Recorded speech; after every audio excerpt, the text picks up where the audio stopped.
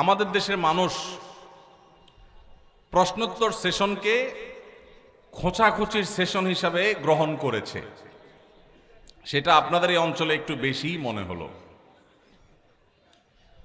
এখানে নানান দাওয়াতি প্ল্যাটফর্ম আছে, চরমনায় আছে, সারসিনা আছে, জৈনপুর আছে, জামাত ইসলামী আছে, কওমি উলামা ইকরামের মাদ্রাসাগুলো আছে, হেফাজত ইসলাম আছে, আরো নানামুখী দাওয়াতি প্ল্যাটফর্ম আছে, আহলে হাদিসের ভাইরা আছেন।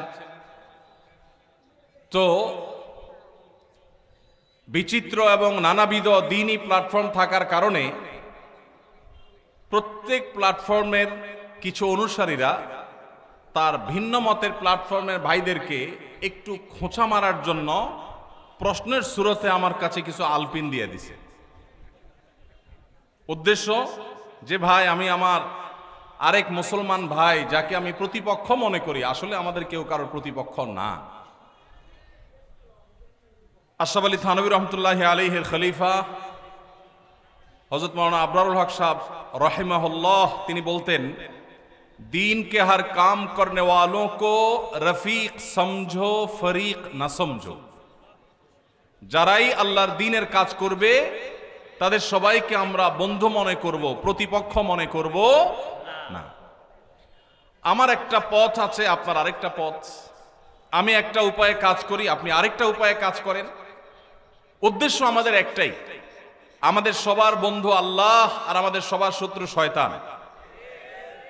এটা নিয়ে আমাদের কারোর মধ্যে কোনো মত পার্থক্য আছে?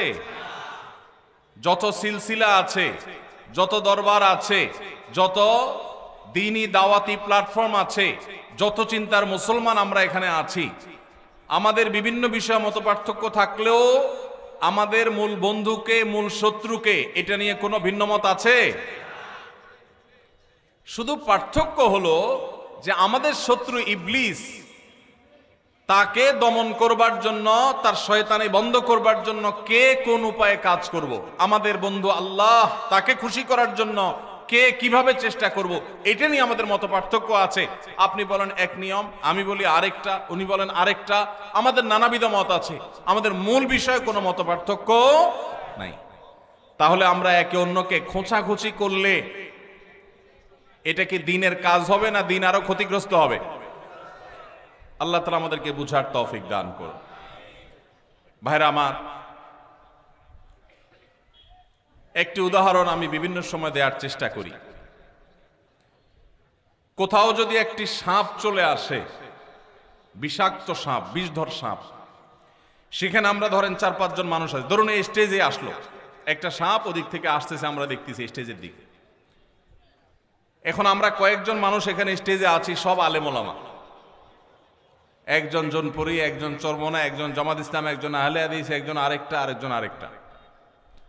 এখন সাপ আসছে দেখে আমরা সবাই একমত যে সাপটা আমাদের শত্রু, আমাদেরকে ছোবল দিবে, বিষধর সাপ আমাদেরকে মেরে ফেলবে।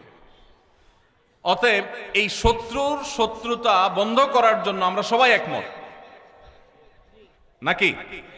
নাকি কেউ বলে না এই সাপ আল্লাহর ওলি, সে এসে বিসমিল্লাহ বলে ছোবল দিবে, তাকে সুযোগ দেওয়া হোক, এটা বলবে কেউ? সবাই বলবে আমাদের শত্রু। এরপর নিজেদের মধ্যে মত পার্থক্য দেখা দিল। ভাই বলতেছেন এই সাপ, এই বিষাক্ত সাপের ক্ষতি থেকে আমরা স্টেজে যারা আছি, আমরা যদি বাঁচতে হয় তাহলে আমরা আশেপাশে একটা লাঠি খুঁজতে হবে শক্তিশালী, প্রয়োজনে ক্যামেরাম্যানদের ক্যামেরার একটা ডার্ট ব্যবস্থা করতে হবে, দিয়া ওর মাথায় বাড়ি মারতে হবে, তাহলে সে শত্রু শেষ হয়ে যাবে। এটা উনি বলতেছেন। শত্রু দমন করতে হবে কি দিয়া? লাঠি দিয়া। সাইফুল্লাহ ভাই বলতেছে না, লাঠি দিয়া দমন করলে হবে না। আপনার মাথা ঠিক আছে ভাই, লাঠি দিয়া মারতে গেলে তো কাছে যাওয়া লাগবে, তখন তো সে ছোবল দিয়ে দিবে, তাহলে কি করতে হবে? সাইফুল্লাহ ভাই বলতেছে এখানে ডিউটিরত পুলিশ ভাইরা আছেন, জেলা পুলিশের ভাইরা আছেন, ওনাদের হাতে পিস্তল আছে, তাহলে যে কোনো একজন পুলিশ ভাইকে বলতে হবে ভাই পিস্তলটা দেন, আগে সাপ মারে লই, জান বাঁচাই। বা পুলিশ ভাইকে দিয়া বলতে হবে ভাই ওরে গুলি করে মানুষ বাঁচান, তাহলে পিস্তল দিয়ে দূর থেকে মেরে দিব, ঝামেলা শেষ। উনি বলতেছেন না, ওনার পুলিশ ভাইয়ের পিস্তলের গুলির হিসাব দিতে হবে, তার উপরের ওর নির্দেশ ছাড়া গুলি করতে পারবে না, নানান যা ঝামেলা আছে। এতক্ষণ তো সাপ আমাদেরকে মেরে ফেলবে, তাহলে কি করবে? উনি বলতেছে এসব কারবার নাই, লাঠিও চলবে না, পিস্তলও চলবে না। তাহলে কি চলবে? একটা ঢেল মারতে হবে দূর থেকে। ঢেল যদি না পাওয়া যায়, হাতের মোবাইল মেরে দেবো দরকার হলে, চায়ের কাপ মেরে দেবো দরকার হলে, দরকার হলে যে মাছরাঙ্গা টিভির ভাইয়ের এইটা মেরে দিয়ে আবার যান বাঁচাবো, পরে এরকম একটা কিনতে পাওয়া যাবে। উনি বলতেছে একটা ঢেল মারতে হবে, তাহলে লাঠি, পিস্তল, ঢিল। পাশের ভাই বলতেছে ভাই ঢিলা একেবারে সই করে মারা এত সহজ কাজ না, আমরা তো কেউ প্রশিক্ষণ প্রাপ্ত না, একটু এদিক সেদিক হলে তো ছবল মেরে দিবে, তাহলে কি করতে হবে? উনি বলতেছেন যে একটা লম্বা তরবারি খুঁজে পাওয়া যায় কিনা দেখতে হবে। বাকিরা বলতেছে ভাই তরবারি এই যুগে কোথায় পাবে, আপনি কি বলেন এসব? এই যে মতপার্থক্য আমরা করতেছি, এখন মতপার্থক্য হওয়াটা স্বাভাবিক, সবাই একমতের তো হবে না। এই মতপার্থক্যটা বাড়তে বাড়তে বাড়তে বাড়তে এমন দূর বাড়ছে যে উনি অনেক কিতাবপত্র নিয়ে আসছে এবং সেগুলো দিয়ে সাবেত করতেছে। দেখেন মুসা আলাইহিস সালাম লাঠি দিয়া কি করছেন, দেখেন ফেরাউনরে পরাজিত করে ফেলছে লাঠি দিয়া, অতএব লাঠির মধ্যে বরকত আছে, আপনাদের সমস্ত পিস্তল বুস্তল এগুলোতে কোনো বরকত নাই। উনি এটা সাবেত করার জন্য কিতাবপত্র নিয়ে আসছে। আর উনি ওনার পিস্তল সাবেত করার জন্য বলছে না আধুনিক যুগের লাঠি, মুসা আলাইহিস সালামের লাঠি যুগের পিস্তল, কোনো অসুবিধা নাই। উনি এক্ষেত্রে তাকি উসমান সাহেবের ফতোয়া নিয়ে আসছে, আধুনিক যুগের অস্ত্র ব্যবহার করলে কোনো নাজায়েজ হবে না, উনি সেটা দলিলপত্রের জন্য কিতাবের গাঁটটি নিয়ে আসছে। উনি ওনারটার পক্ষে, উনি ওনার পক্ষে কিতাব নিয়ে আসছে। সবাই যার যার কিতাবপত্র নিয়ে দলিল-আদিল্লা দিয়া প্রমাণ করতেছে, বাহাস হচ্ছে, বিতর্ক হচ্ছে, আমারটা ঠিক তামারটা ঠিক, এরটা ভুল আমারটা সঠিক, এটা নিয়ে বিরাট বহস বিতর্ক হচ্ছে। আমরা যারা আম সাধারণ মানুষ আছি, আমরা কিছু ওনার ভক্ত, কিছু ওনার ভক্ত, কিছু ওনার ভক্ত, কিছু ওনার ভক্ত, আমরাও কয়েক ভাগে ভাগ হয়ে গেছি। ভাগ হয়ে আবার বলতেছি না আমার হুজুরটা সঠিক আর বাকি সব দালাল। এরা মূলত সাপের দংশনে সবাইকে হত্যা করতে চায়, এরা ইহুদিদের দালাল। এখানে আসছে মূলত তারা আমাদেরকে দংশন করে শেষ করবার জন্য। এই জন্য সাপ মারার যে আসল বুদ্ধি সেটা সে গ্রহণ না করে সে চিপা চাপায় এই সমস্ত ছোটখাটো আজাইরা বুদ্ধি দিয়ে বেড়াচ্ছে। এই লোকটা আসলে ষড়যন্ত্রকারী। এটা করতেছে কারা? আমরা আম পাবলিক যারা, তারা। সাপ তো নিশ্চয়ই অপেক্ষা করবে যে এদের বহস বিতর্ক চলতেছে, যেহেতু এগুলো শেষ হোক তার আগে আমি কিভাবে দংশন করব। কি বলেন? সাপ অপেক্ষা করবে না? কেন করবে না?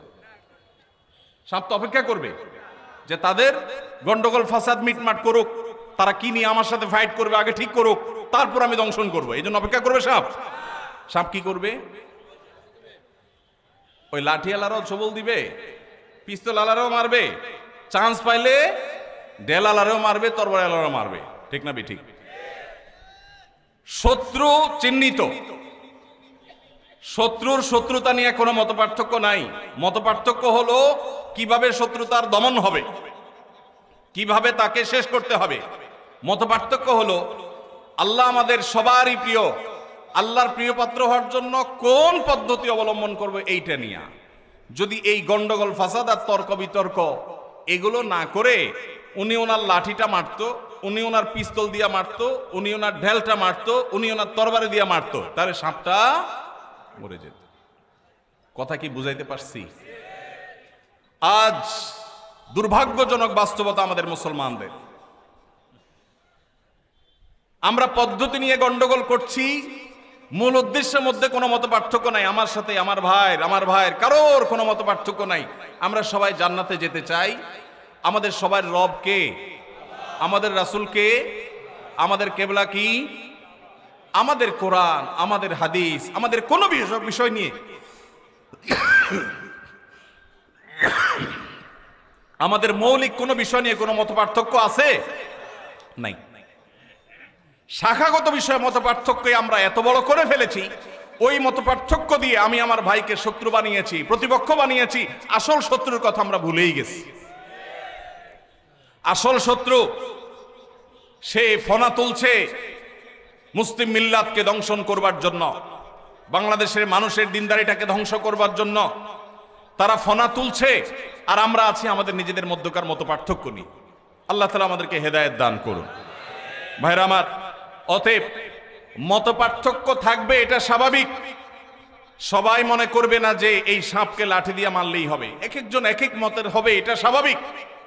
ডক্টর খন্দকার আব্দুল্লাহ জাহাঙ্গীর রহমতুল্লাহি আলাইহি তিনি সারা জীবন এই দাওয়াতের ফেরি করে যাওয়ার চেষ্টা করেছেন। ইত্তেফাক, ইত্তেহাদ মাআল ইখতিলাফ, বৈচিত্র্যপূর্ণ ঐক্য, মতপার্থক্য থাকা সত্ত্বেও ঐক্যবদ্ধ থাকার চেষ্টা করা। আল্লাহ তাআলা সব মানুষকে এক বুঝ দিয়ে তৈরি করেন নাই। সাহাবীদের ভিতর মতপার্থক্য ছিল কি ছিল না? ছিল। শুধু মুস্তাহিদ সাহাবীদের না, সাধারণ সাহাবীদের মধ্যেও মতপার্থক্য ছিল। একটা আমল এক সাহাবী একরকম করছেন, আরেক সাহাবী আরেক রকম করেছেন, হাদিসে আছে না নাই? কিন্তু সাহাবীরা কেউ কারোর বিরুদ্ধে গোষ্ঠী উদ্ধার করতে, মাসআলাগত কারণে, ফিকহি কোনো বিষয় নিয়ে, দ্বীনি কোনো বিষয় নিয়ে তারা কারোর বিরুদ্ধে আমাদের মতো এরকম একে অন্যের শত্রুতায় তারা উপনীত হন নাই। আল্লাহ তাআলা আমাদেরকে হেদায়েত দান করুন। এই কথাগুলো এজন্য বলা ভাই, যে প্রশ্ন আমার কাছে আসছে সেটা এখান থেকে আরো কয়েক গুণ বেশি হবে। প্রশ্নগুলো বাছাই করে করে বাদ দিতে হয়েছে, কারণ এগুলো আমার কাছে মনে হয়েছে প্রশ্ন না, এক একটা আলপিন। এটা দেয়া হয়েছে, এক হুজুরের মুরিদ প্রশ্ন দিয়েছে, আরেক হুজুরের মুরিদরা আলপিন দিয়ে খোঁচা দেওয়ার জন্য, যে হুজুর এদের এই আমলটা নিয়ে একটু ইখতিলাফ আছে, তো আপনি বিষয়ে দুই কথা বলে একটা খোঁচা দিয়ে দেন। আমি তো দিতে পারতেছি না, আপনার হাতে একটা আলপিন দিলাম, আপনি একটা দিয়ে দেন। এটা কি দিনদারিতা? আল্লাহ তাআলা আমাদেরকে হেদায়েত দান করুন। ভাইরা আমার, জান্নাতে আমরা কে যাচ্ছি গ্যারান্টি কি আমাদের কাছে আছে? আমি যেটা বুঝছি সেটাকে আমি সঠিক মনে করব 100 বার, এবং সেটা দাওয়াত মানুষকে দিব, সেটাও ঠিক আছে। কিন্তু আরেকজনের ডিসকারেজ যখন করব, আরেকজনের খণ্ডন যখন করব, একটু রয়ে সয়ে করব।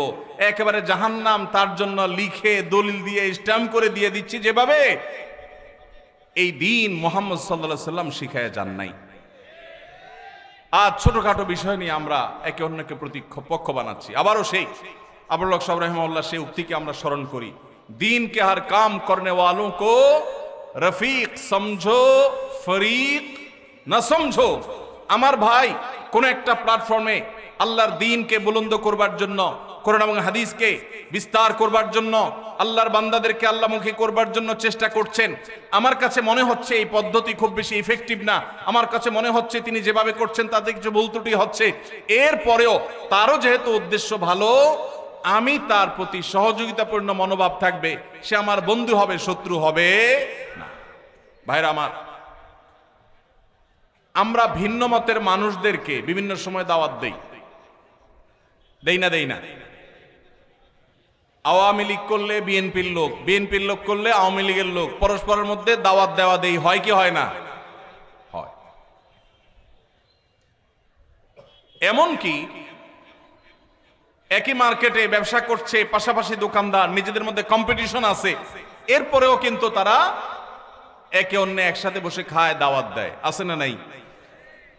দুর্ভাগ্য আমাদের, এক পীরের মুরিদ আরেক পীরের মুরিদকে দাওয়াত দিয়া সাধারণত খুব কমই খাওয়ায়। অনেক আল্লাহর বান্দা আছেন, কিন্তু আমাদের অনেকের কলিজা এত ছোট যে আমরা অন্য আরেকজনকে দাওয়াত দিলে মনে করি আমার বোধহয় ঈমান আমল শেষ হয়ে যাবে। ঠিক না ঠিক? এক মতের মুসলমান অন্য মতের মুসলমানকে দাওয়াত দিলে মনে হয় তার জাত চলে যাবে। ঠিক না ঠিক? ভাইরা আমার, আমাদের মাহফিলগুলো, আমাদের দ্বীনি আয়োজনগুলো পারস্পরিক সহযোগিতাপূর্ণ মানসিকতা থাকতে হবে। সময় হয়েছে কাঁধে কাঁধ মিলাবার, সময় এসেছে বুকে বুক মিলাবার। আর কতকাল শক্তি ক্ষয় করবেন নিজেদের মধ্যে? শক্তি ক্ষয় করুন কমন শত্রুর বিরুদ্ধে। এই দেশ, এই মাটি মুসলমানদের। এদেশে যত জুলুম, নির্যাতন, নিষ্পেষণ, এগুলো সবচেয়ে বেশি সয়েছে মুসলমানেরা আল্লাহ এবং তার রাসূলের আনুগত্যের কারণে। এরপরও যদি আমরা পরস্পরের সাথে কাঁধে কাঁধ মিলিয়ে কাজ না করি, আপনি আপনার উপায়ে কাজ করবেন ভাই, আমি আমার উপায়ে কাজ করব। আমি আপনারটাকে সঠিক মনে করি না, কিন্তু তাই বলে আপনাকে আমি শত্রুও মনে করি না, কারণ আমাদের উভয়ের গন্তব্য এক। আল্লাহ আমাদেরকে এক এবং নেক হওয়ার তৌফিক দান করুন। উর্দুতে একটা কথা আছে, তুম এক नहीं होगे जब तक तुम नेक नहीं होगे। ততক্ষণ পর্যন্ত আমরা ঐক্যবদ্ধ হতে পারবো না যতক্ষণ পর্যন্ত আমরা ভালো মানুষ না হব। ভাইরা আমার, কোরআন এবং হাদিস যদি আপনি খোলেন দেখবেন মঞ্চের চতুর্দিকে ওলামায়ে কেরাম আছেন। আপনি কোরআন হাদিসের দিকে তাকালে দেখবেন আল্লাহর কাছে সবচেয়ে প্রিয় মুসলমান সে যে মুসলমান আখলাক সবচাইতে সুন্দর। মা মিন শাইইন ইউদাউ ফিল মিজান ইয়াউমাল কিয়ামাতি আসকালু মিন হুসনিল খুলুক। উত্তম আখলাকের চাইতে ওয়েটফুল কোন আমল মিজানে পাল্লায় আর উঠবে না। সেখানে আমি আমার ভিন্ন মতের মুসলমান ভাইয়ের সাথে উত্তম আচরণ, হাসি মুখে কথা বলতে পারা, তাকে একটু দাওয়াত দেওয়া, তার দাওয়াতে একটু যাওয়া, এটুকু করতে পর্যন্ত আমি কার্পণ্য করি, আমি আর যাই হোক কোনো ভালো আখলাকের মুসলমান হতে পারবো না। ভাইরা আমার, মুসলমানদের যে কমন এবং চিহ্নিত শত্রুরা আছে, সংখ্যায় গোনা যাবে এত কম বাংলাদেশে, অথচ এদের মধ্যেও পারস্পরিক বহু ইখতিলাফ আছে, মতপার্থক্য আছে, তারপরও তারা দেখবেন কাঁধে কাঁধ মিলিয়ে একে অন্যের সহযোগিতা করছে। মুসলমানদের ইসলামের শত্রুতার জন্য, আল্লাহ এবং তার রাসূলের আনুগত্য এদেশে মানুষ যেন না করে, মুসলমানদের মধ্যে বেহায়াপনার সয়লাভ করে দেওয়ার জন্য, মুসলমানদের শিক্ষা সন্তানদেরকে শিক্ষার নামে কুশিক্ষা দিয়া ঈমান বিমুখ করবার জন্য প্রত্যেকে যার যার জায়গা থেকে কাজ করছে, যার হাতে যেটা আছে সে সেটা দিয়ে চেষ্টা করছে আঘাত করার জন্য। আর আমরা মুসলমানরা লেগে আছি নিজেদের মধ্যকার মত পার্থক্যগুলো নিয়ে, নিজেরটাকে সাব্যস্ত করে আরেকজনটাকে খণ্ডন করার জন্য শক্তি ক্ষয় করছে। আমার শক্তি সামনে এগিয়ে যাওয়ার জন্য ব্যয় না করে আমাদের নিজেদের মধ্যে নষ্ট করার জন্য আমরা ব্যয় করছি। আল্লাহ আমাদেরকে আমাদের শক্তিকে নিজেদের মধ্যে ব্যয় না করে, ক্ষয় না করে, আমাদের কমন শত্রুর বিরুদ্ধে ক্ষয় করার তৌফিক দান করুন। আমরা চেষ্টা করব তো ইনশাআল্লাহ। দিলগুলোকে বড় করতে হবে। ছোট দিলের মানুষ কখনো ভালো মুসলমান হতে, আপনি তাহাজ্জুদ গুজার হতে পারেন, আপনি নিয়মিত নফল রোজা নফল নামাজকারী হতে পারেন, আপনি বহু দানকারী হতে পারেন, কিন্তু আপনার দিলটা যদি ছোট হয় তাহলে আর যা হোক আপনি আল্লাহর খাতায় ভালো মুসলমান হতে পারবেন না। তবে আমি দিল বড় করার মানে এটা বলতেছি না যে আপনার আকীদা, আপনার মানহাজ, আপনার বুঝ, আপনি যেটাকে সঠিক মনে করেন সেগুলো সব জবাই করে দিয়ে আপনাকে গোলালু হয়ে যেতে আমি বলছি না। আপনার আদর্শে আপনি অটল থাকেন, আপনার আকীদে আপনি অটল থাকেন, কিন্তু ভিন্ন মতের মুসলমান ভাইকে শত্রু মনে করবেন না। আমার ভাই, সে আমার শত্রু না। হাজারটা মত পার্থক্য তার সাথে আমার থাকতে পারে, সে আমার আপন, সে আমার ভাই।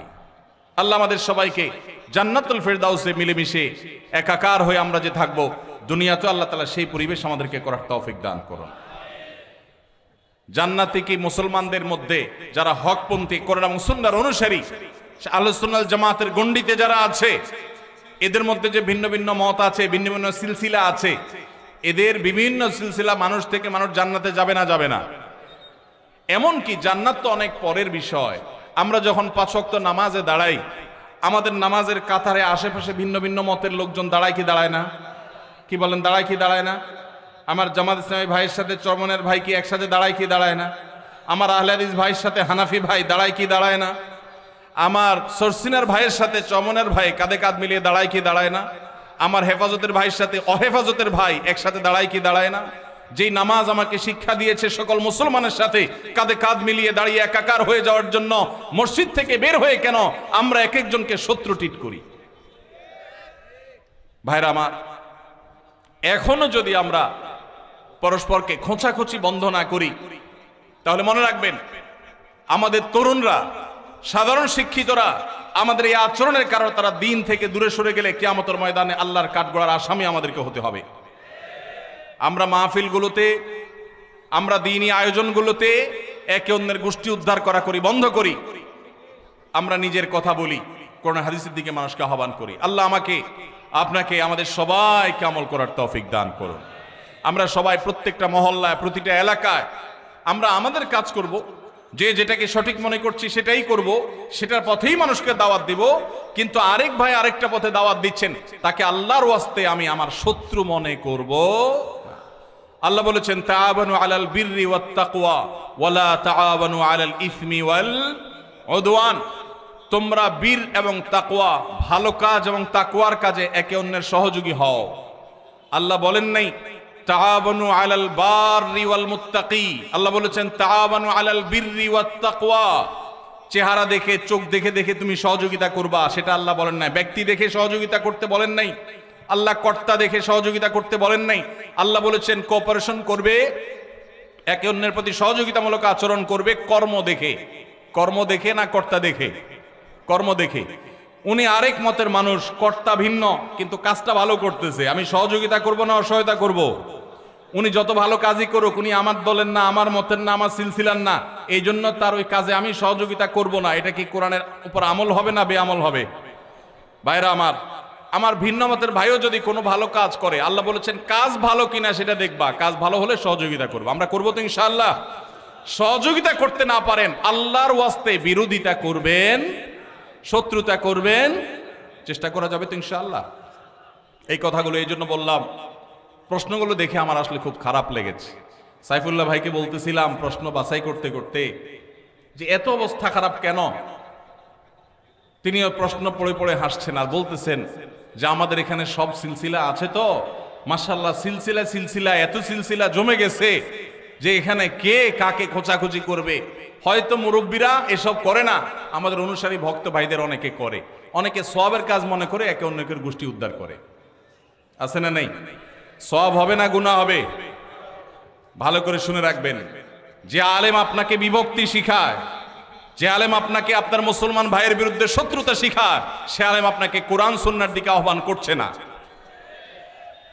আপনার কোন উস্তাজের সান্নিধ্য, সোহবত, সংস্রব যদি মুসলমানদের মধ্যে বিবাদকে উস্কে দেয়, তাহলে আপনার সে শিক্ষক পরিবর্তন করা প্রয়োজন। মনে রাখবেন, আল্লাহ নবী সাল্লাল্লাহু আলাইহি সাল্লাম উম্মতকে ঐক্যবদ্ধ করবার জন্য এসেছেন, বিভক্ত করবার জন্য। আল্লাহ বলেছেন, স্মরণ করো তোমরা সেই সময়ের কথা, ইদ কুনতুম আ'দাআ ফাআল্লাফা বাইনা কুলুবিকুম, তোমরা ছিলে বহুদা বিভক্ত, একে অন্যের শত্রু। দিন এসে মুহাম্মদ সাল্লাল্লাহু আলাইহি সাল্লাম এসে তোমাদেরকে ঐক্যবদ্ধ করে দিয়েছেন। আউস খাজরাজের মধ্যকার বিভক্তি নবী সাল্লাল্লাহু আলাইহি সাল্লাম দূর করেছেন। আমরা যেখানে যাব আমরা ঐক্যের জয়গান গাইব, ঐক্যের জন্য আহ্বান করব, ভিন্নমতের ভাইদেরকে আমরা মেলাবার চেষ্টা করব, আমরা বিভেদকে বাড়াবো না, পারলে বিভেদ কমাবো। ডক্টর খন্দকার আব্দুল্লাহ জাহাঙ্গীর রাহিমাহুল্লাহ বলতেন, মুসলিম জাতির মধ্যে ঐক্য সৃষ্টি করার মতো পাওয়ার আমার হাতে নাই, এত ক্ষমতা আমার হাতে নাই, তবে একটা কাজ আমি পারি, আমার ভাইদের মধ্যে যে এমনিতে বিভিন্ন বিষয় নিয়ে বিভক্তি হয়ে গেছে, নতুন করে সেই বিভক্তির মধ্যে কেরোসিন যাতে না ঢালা হয়, আমি সে ব্যাপারে সতর্ক থাকব। আমার কোনো কথার কারণে, আমার কোনো আচরণের কারণে আরেকটা যেন বিভক্তি না হয় সেই চেষ্টা করব। আমরা সবাই এটা আমল করার চেষ্টা করব তো ইনশাআল্লাহ। পাড়ায় পাড়ায়, মহল্লায় মহল্লায় সব ভিন্ন মতের মুসলমানদেরকে ভাই মনে করেন। এই যে 14ই ফেব্রুয়ারি আসছে, বিশ্ব বেহায়া দিবস আসছে, বিশ্ব জেনা দিবস আসছে, আপনি আপনার মতো দাওয়াতি কাজ করুন, আমি আমার মতে করি, ওনার মতো করুন। আমার কলেজের ভাইদেরকে, আমার ইউনিভার্সিটি ভাইদেরকে দাওয়াত দেন, দাওয়াতের অ্যাপ্রোচে যান, দাওয়াতের অ্যাপ্রোচে গিয়ে তাদেরকে বিনয়ের সাথে বুঝান, মানুষকে সতর্ক করেন, উম্মাহকে বাঁচানোর চেষ্টা করেন। তা না হলে এই মাটিতে, এই ভূখণ্ডে আমাদের সন্তানরা তারা দ্বীনি চেতনা নিয়ে টিকে থাকা চ্যালেঞ্জিং ব্যাপার হয়ে দাঁড়াবে।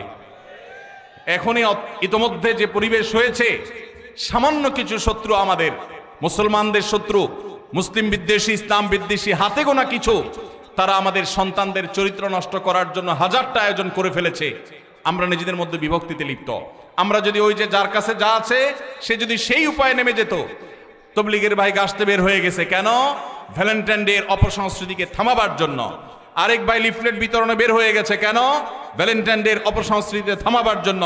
আরেক ভাই মাহফিলের মঞ্চে কথা বলছে কেন? এই অপসংস্কৃতির সবল থেকে আমার তরুণ প্রজন্মকে বাঁচাবার জন্য।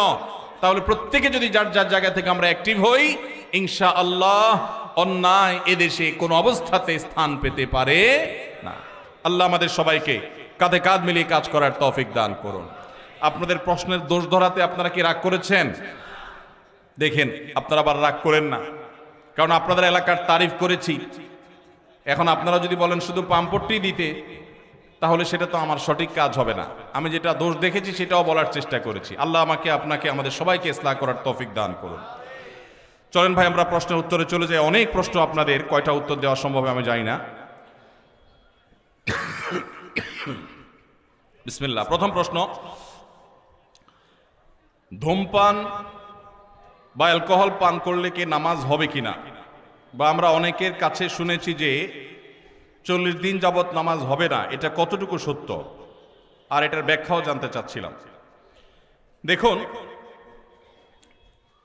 একটি হাদিস রয়েছে, নবী সাল্লাল্লাহু আলাইহি সাল্লাম বলেছেন, কেউ যদি নেশা গ্রহণ করে, নেশা জাতীয় কোনো দ্রব্য গ্রহণ করে এবং সে যদি নেশাগ্রস্ত হয়, 40 দিন যাবত তার ইবাদত কবুল হবে না, নামাজ কবুল হবে না। তো এই হাদিসে নেশাগ্রস্ত হওয়ার কথা বলা হয়েছে। ধূমপান করা গুনাহ, এটা জায়েজ নাই, এ বিষয়ে তেমন কোনো মতপার্থক্য আলেমদের মধ্যে নাই। আপনারা জানেন আমাদের দেশে কয়েকটা রোগের কারণে মানুষের মৃত্যুর হার, স্বাভাবিক মৃত্যুর হার কমে ভয়াবহভাবে মৃত্যুর হার বেড়ে চলেছে। এর মধ্যে অন্যতম হলো ক্যান্সার। আমাদের সমাজে আগে এক একটা ইউনিয়নে একজন ক্যান্সারের রোগী খুঁজে পাওয়া কঠিন হতো, এখন ঘরে ঘরে ক্যান্সারের রোগী। আপনি খোঁজ খবর নিলে দেখবেন 2-4-5টা ফ্যামিলির মধ্যে, আত্মীয় স্বজনের চেইনের মধ্যে একজন না একজন ক্যান্সারের রোগী পাওয়া গেছে।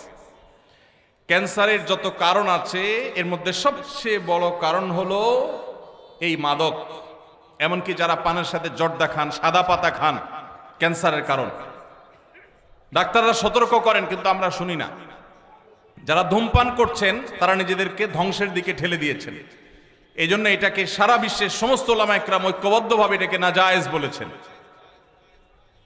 অনেক ওলামা একরাম এটাকে হারাম বলেছেন। এই জন্য এমনিতে ধূমপান করা নাজায়েজ কথা, গুনাহের কথা। পাশাপাশি কেউ যদি নেশাগ্রস্ত হয়ে যায় তাহলে তার 40 দিনের ইবাদত কবুল হবে না, সে কথাও হাদিসে আছে। বিধায় এটা থেকে বেঁচে থাকা দরকার। আমাদের যে সমস্ত ভাইয়েরা ধূমপানের বদভ্যাসে এখনো আছেন, অনেকেই আছে, এই মাহফিলে হয়তো থেকে থাকতে পারেন, তাদের সংশোধনের জন্য সবচেয়ে বড় সুযোগটা সামনে আসছে রমজান মাস।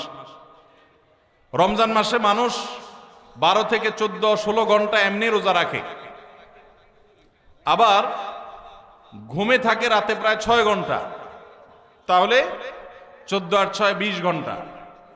তারাবির নামাজ এবং অন্যান্য ইফতার সাহারি এগুলো মিলে যদি আরো 1 ঘন্টাও ধরেন তাহলে 21 ঘন্টা, আর বাকি থাকে কয় ঘন্টা দিনের? মাত্র 3 ঘন্টা যদি কষ্ট করে জিম খিসে কেউ নিজেকে নিয়ন্ত্রণ করতে পারে তাহলে 30 দিন তার ধূমপান ত্যাগ করার অভ্যাস গড়ে উঠবে ইনশাআল্লাহ। অনেক ভাই আছেন ধূমপান ত্যাগ করতে চান, কিভাবে করবেন তিনি জানেন না। রমজান মাস হলো তার সবচেয়ে বড় সুবর্ণ সুযোগ, চাইলেই এই বদভ্যাস ত্যাগ করা যায়। আল্লাহ আমাদেরকে তৌফিক দান করুন। এরপরে প্রশ্ন, বড় বড় আলেম ওলামা পরামর্শ দেন যারা মাদ্রাসায় খেদমত করেন আপনারা খেদমতের পাশাপাশি ছোটখাটো ব্যবসা করবেন। আমরা যারা হিফজ বিভাগে খেদমত করি আমাদের ক্লাস রুটিন এমনভাবে সাজানো এর মধ্যে অন্য কিছু করার সময় থাকে না, এবং আমাদের বেতন সব থেকে কম। এই টাকা দিয়ে সংসার চালাতে খুবই কষ্ট হয়। এখন আমাদের করণীয় কি? এই প্রশ্ন যে ভাই দিয়েছেন খুবই প্রাসঙ্গিক এবং খুবই প্রয়োজনীয় প্রশ্ন দিয়েছেন। আমাদের দেশে হিফজখানা শিক্ষকদের প্রতি অনেক ক্ষেত্রে অবিচার করা হয়। এখানে অনেক মাদ্রাসার পরিচালক আমার ভাইরা আছেন, ওলামা একরাম আছেন। বিনয়ের সাথে বলতে চাই, মাদ্রাসার সংখ্যা, ছাত্রের সংখ্যা না বাড়িয়ে আল্লাহর ওয়াস্তে করজোড় করে অনুরোধ করি কোয়ালিটি বাড়াবার চেষ্টা করেন। আসুন্নাহ ফাউন্ডেশনের তরফ থেকে আমরা চাইলে 2-10-20টা দাওরা হাদিস মাদ্রাসা আল্লাহর ফজলে 1 বছরে করে ফেলা কোনো ব্যাপার না। আমাদের একটা বাচ্চাদের মাদ্রাসা আছে, বাচ্চাদের, ঢাকা একটা ব্রাঞ্চ, কুমিল্লা একটা ব্রাঞ্চ। ঢাকায় 600-650 ছাত্র আছে। আমরা চাইলে ঢাকায় আল্লাহর ফজলে 5-10টা ব্রাঞ্চ খুলে ফেলতে পারি, কিন্তু আমরা খুলি নেই। কেন? একটা দিয়েছি, বছর 3 হচ্ছে, আরো 1-2 বছর 3 বছর এই মাদ্রাসার শিক্ষকদের একজন একজন করে ঘষা মাজা দিয়ে তাকে আমরা যেই শিক্ষকের স্বপ্ন দেখি, আমরা ছোটবেলা যে উস্তাজদের দর্দে দিল অনুভব করতাম সেরকম উস্তাজ গড়ে তুলব, সেরকম মুহতামিম প্রিন্সিপালকে গড়ে তুলব, অভিভাবকদেরকে গড়ে তুলব। আল্লাহ তৌফিক দিলে ইনশাআল্লাহ এরপরে আমরা ব্রাঞ্চ খুলব। এবং চাইলেই বড়দের মাদ্রাসা করতাম। অনেক আলেম আছেন ছোটদের মাদ্রাসা করতে চান না, দাওরায়ে হাদিস খুলতে চান, ইফতা খুলতে চান, নিচের দিকে খুলতে চান না। আমরা উল্টা, আমরা বলি আমরা নিচের দিক থেকে গড়ব। একদম ছোট বাচ্চা নেব, জীবনে কোনো স্কুলে কোনো মাদ্রাসা যাই নাই, ওকে নিব, এই কাদামাটিকে আমার মতো করে আমি গড়ব। এই ছেলেই এক সময় যুগের মুজাদ্দিদ হবে ইনশাআল্লাহ।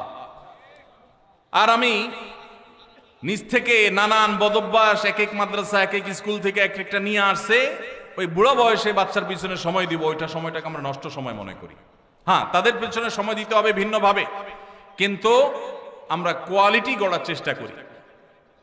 ভাইরা আমার, যারা মাদ্রাসা পরিচালনা করেন, আল্লাহর ওয়াস্তে ছাত্র সংখ্যা না বাড়িয়ে, বলতে ভালো শোনা যায় 500 ছাত্র, 600 ছাত্র, দাওরায়ে হাদিস আছে, ইফতা আছে, আদব আছে, এই গাল গল্প না দিয়ে এইটা বলার চেষ্টা করেন যে আমার এখানে শিক্ষকদের বেতন 20-30 হাজার টাকার নিচে নাই, আমার এখানে পরিচ্ছন্ন পরিবেশ 5 স্টার 4 স্টার দরকার নাই, কমপক্ষে 2 স্টার মানের আছে। এটা বলেন যে আমার এখানকার বাচ্চারা, উস্তাদরা সবাই আল্লাহওয়ালা, তাহাজ্জুদ গুজার, এটা বলার মতো পরিবেশ গড়েন। সংখ্যা বাড়াবেন না। যেই পরিমাণ মাদ্রাসা এদেশে আছে, যদি কোয়ালিটি ভালো থাকতো, সঠিক থাকতো, এই দেশের চেহারা বদলাই তার কিচ্ছু দরকার হতো না। এই যে হিফজখানার উস্তাদদের বেতন কম দেন কেন রে ভাই? এই জুলুম। আমরা আমাদের মাদ্রাসা আলহামদুলিল্লাহ জিম্মাদার যিনি, তাকেও দেওয়ার চেষ্টা করি 70,000 টাকার বেশি মাসে। একজন মানুষ শহরে মিনিমাম চলতে যদি তার যা দরকার সেটা যদি আপনি দিতে না পারেন, তখন সে তো ডান বাম উল্টাপাল্টা কাজ করবে। তার ভিতরে আল্লাহর ভয় কম থাকলে আর দুনিয়া তাকে পরিবর্তন করার চেষ্টা করবে। এই জন্য হেফজখানার শিক্ষকদের আল্লাহর ওয়াস্তে তাদের বেতন বাড়াবেন। আর দ্বিতীয়ত হলো, এই যে হেফজখানাগুলোতে যে মারধর হয়, এমন মারধর এখন কমে গেছে আলহামদুলিল্লাহ, কিন্তু এখনো অনেক জায়গায় আছে। এই মারধর কেন হয়? এর যদি 10টা কারণ থাকে, তার একটা কারণ হলো একই ওস্তাদ ওই ভোর 4টা বাজে উঠছে, রাত 10টা পর্যন্ত উনি বসে আছে। মানুষ তো বেচারা, এই ছেলে পড়া পারতেছে না, ওই ছেলে দুষ্টামি করতেছে, এই সবগুলো তার ব্রেনের উপরে প্রেসার পড়ে। সকাল থেকে রাত পর্যন্ত এই একই জিনিস করতে করতে করতে করতে তার ভিতরে যে চাপ আসে, এই চাপের কারণে সে অনেক সময় দেখা যায় মেজাজ হারিয়ে ফেলে। ভাইরা আমার, ইসলাম তো আমাদেরকে ব্যালেন্স শিখিয়েছে। ব্যালেন্স, ইন্নাল্লাহা ইউহিব্বু ইযা আমিলা আহাদুকুম আমালান আন ইউতকিনাহু, আল্লাহ পছন্দ করেন কাজ যেটাই করবেন ভালোভাবে করবেন, ধানাই পানাই করবেন, ধরি মাছ নাচুই পানি টাইপ করবেন, মাদ্রাসা দিবেন, হেফজখানা করবেন, 10টা হাফেজ বাইর হবে আর 90টা ঝরে যাবে। এটা আল্লাহ তাআলা পছন্দ করেন না। এই জন্য আমাদের সিস্টেমের ভিতরে ব্যাপক সংশোধনী আনা দরকার। বিশেষ করে হেফজখানাগুলোতে শিক্ষকদের ফ্যামিলি নিয়ে সাথে থাকার সুযোগ তো নাই, উল্টা যে বেতন দেন বেচারা 4 মাসে একবার বাড়িতে যাইতে পারে, বউ বাচ্চার কাছে যেতে পারে না, ডিপ্রেশন, মাথা পেরেশানি এগুলো থাকে, তখন বাচ্চাদের উপরে নানামুখী জুলুম তার দ্বারা হয়ে যায়। এই জন্য ভাইরা আমার, অন্তত কিছু মেসাল সৃষ্টি করেন, কিছু উদাহরণ সৃষ্টি করেন। এই কথাগুলো আপনাদের বলছি, আপনারা অনেকে মাদ্রাসা পরিচালনা করেন, এখানে উলামায়ে কেরাম আছেন, হেফজখানা শিক্ষকদের এই দিকটা দেখা দরকার। পাশাপাশি প্রশ্নে যে একটা গুরুত্বপূর্ণ বিষয় উঠে আসছে, আলেমদের অন্য কাজ করা দরকার, এর সাথে আমি শতকণ্ঠে একমত পোষণ করি। উলামায়ে কেরাম যারা আছেন, আল্লাহর হস্তে কিছু একটা আপনার ইমামতির পাশাপাশি, আপনার শিক্ষকতার পাশাপাশি কিছু একটা করেন। একমাত্র বাংলাদেশ অদ্ভুত এক দেশ, এদেশে আলেমরা কিছু করলে মানুষ বলে হুজুর দুনিয়াদার হয়ে গেছে। 2004-05 সনের দিকে আমার মনে পড়ে, আমি ঢাকার মণিপুরে এক মসজিদে তখন জিম্মাদারিতে ছিলাম, ইমামতি করি, খতিব সেখানে এখন মৌলানা ওমায়ের কোব্বাদি সাহেব আছেন, ওনাকে রেখে আমি সৌদিতে গেছিলাম। তো আমার মনে আছে, আমার মুয়াজ্জিন সাহেব উনি তখনকার আমলে আপনার ওই যে ফোনে রিচার্জ করার যে কার্ড, তখন তো কার্ড অনেক বেশি বিক্রি হতো,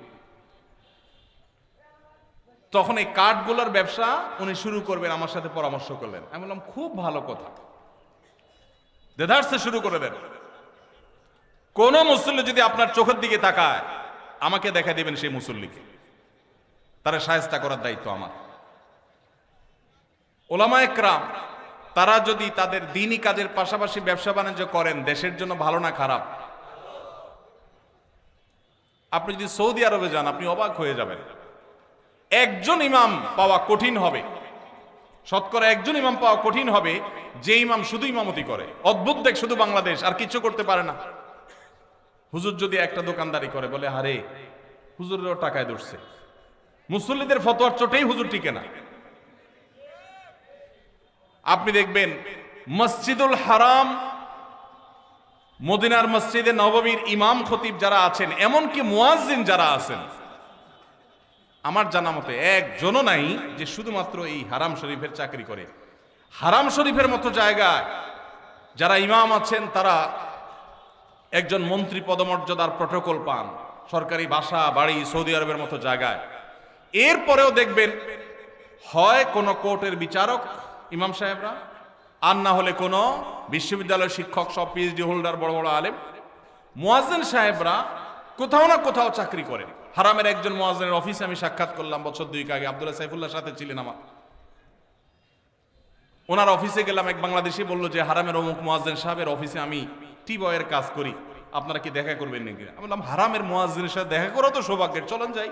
গেলাম, যাই দেখি কোর্টে তিনি একটা টেবিল চেয়ার নিয়ে বসে কাজ করছেন, এটা চাকরি করতেছে। হারামের মুয়াজ্জিনই তো দূরের কথা, হারামের ঝাড়ুদারি করার সুযোগ পাইলে তো আমাদের দাপটে চড়ে বলতাম আবার চাকরি করে কে, দরকার আছে? হাদিয়ে খাই তো কুলাবো না। আপনি যদি দারুল দেওবন্দ যান, আপনি দেখবেন দেওবন্দ মাদ্রাসার শিক্ষকদের কারোর হয়তো বুক বাইন্ডিংস এর দোকান আছে, কারোর হয়তো দাওয়াখানা আছে। আপনি পাকিস্তানে যান, দেখবেন যে এগুলো আছে। তারেক জামিল সাহেবের ওই যে কি এমটিজে, মৌলানা তারেক জামিল চেইন শপ করেছে। জোনায়েদ জামশেদ, তারও ছিল ফ্যাশনের দোকান। বাংলাদেশে আলেমদের এগুলো করতে দোষ। আমি আলহামদুলিল্লাহ দীর্ঘদিন থেকে স্বপ্ন দেখছি এবং স্বপ্নের খুব কাছাকাছি আমি অবস্থান করছি।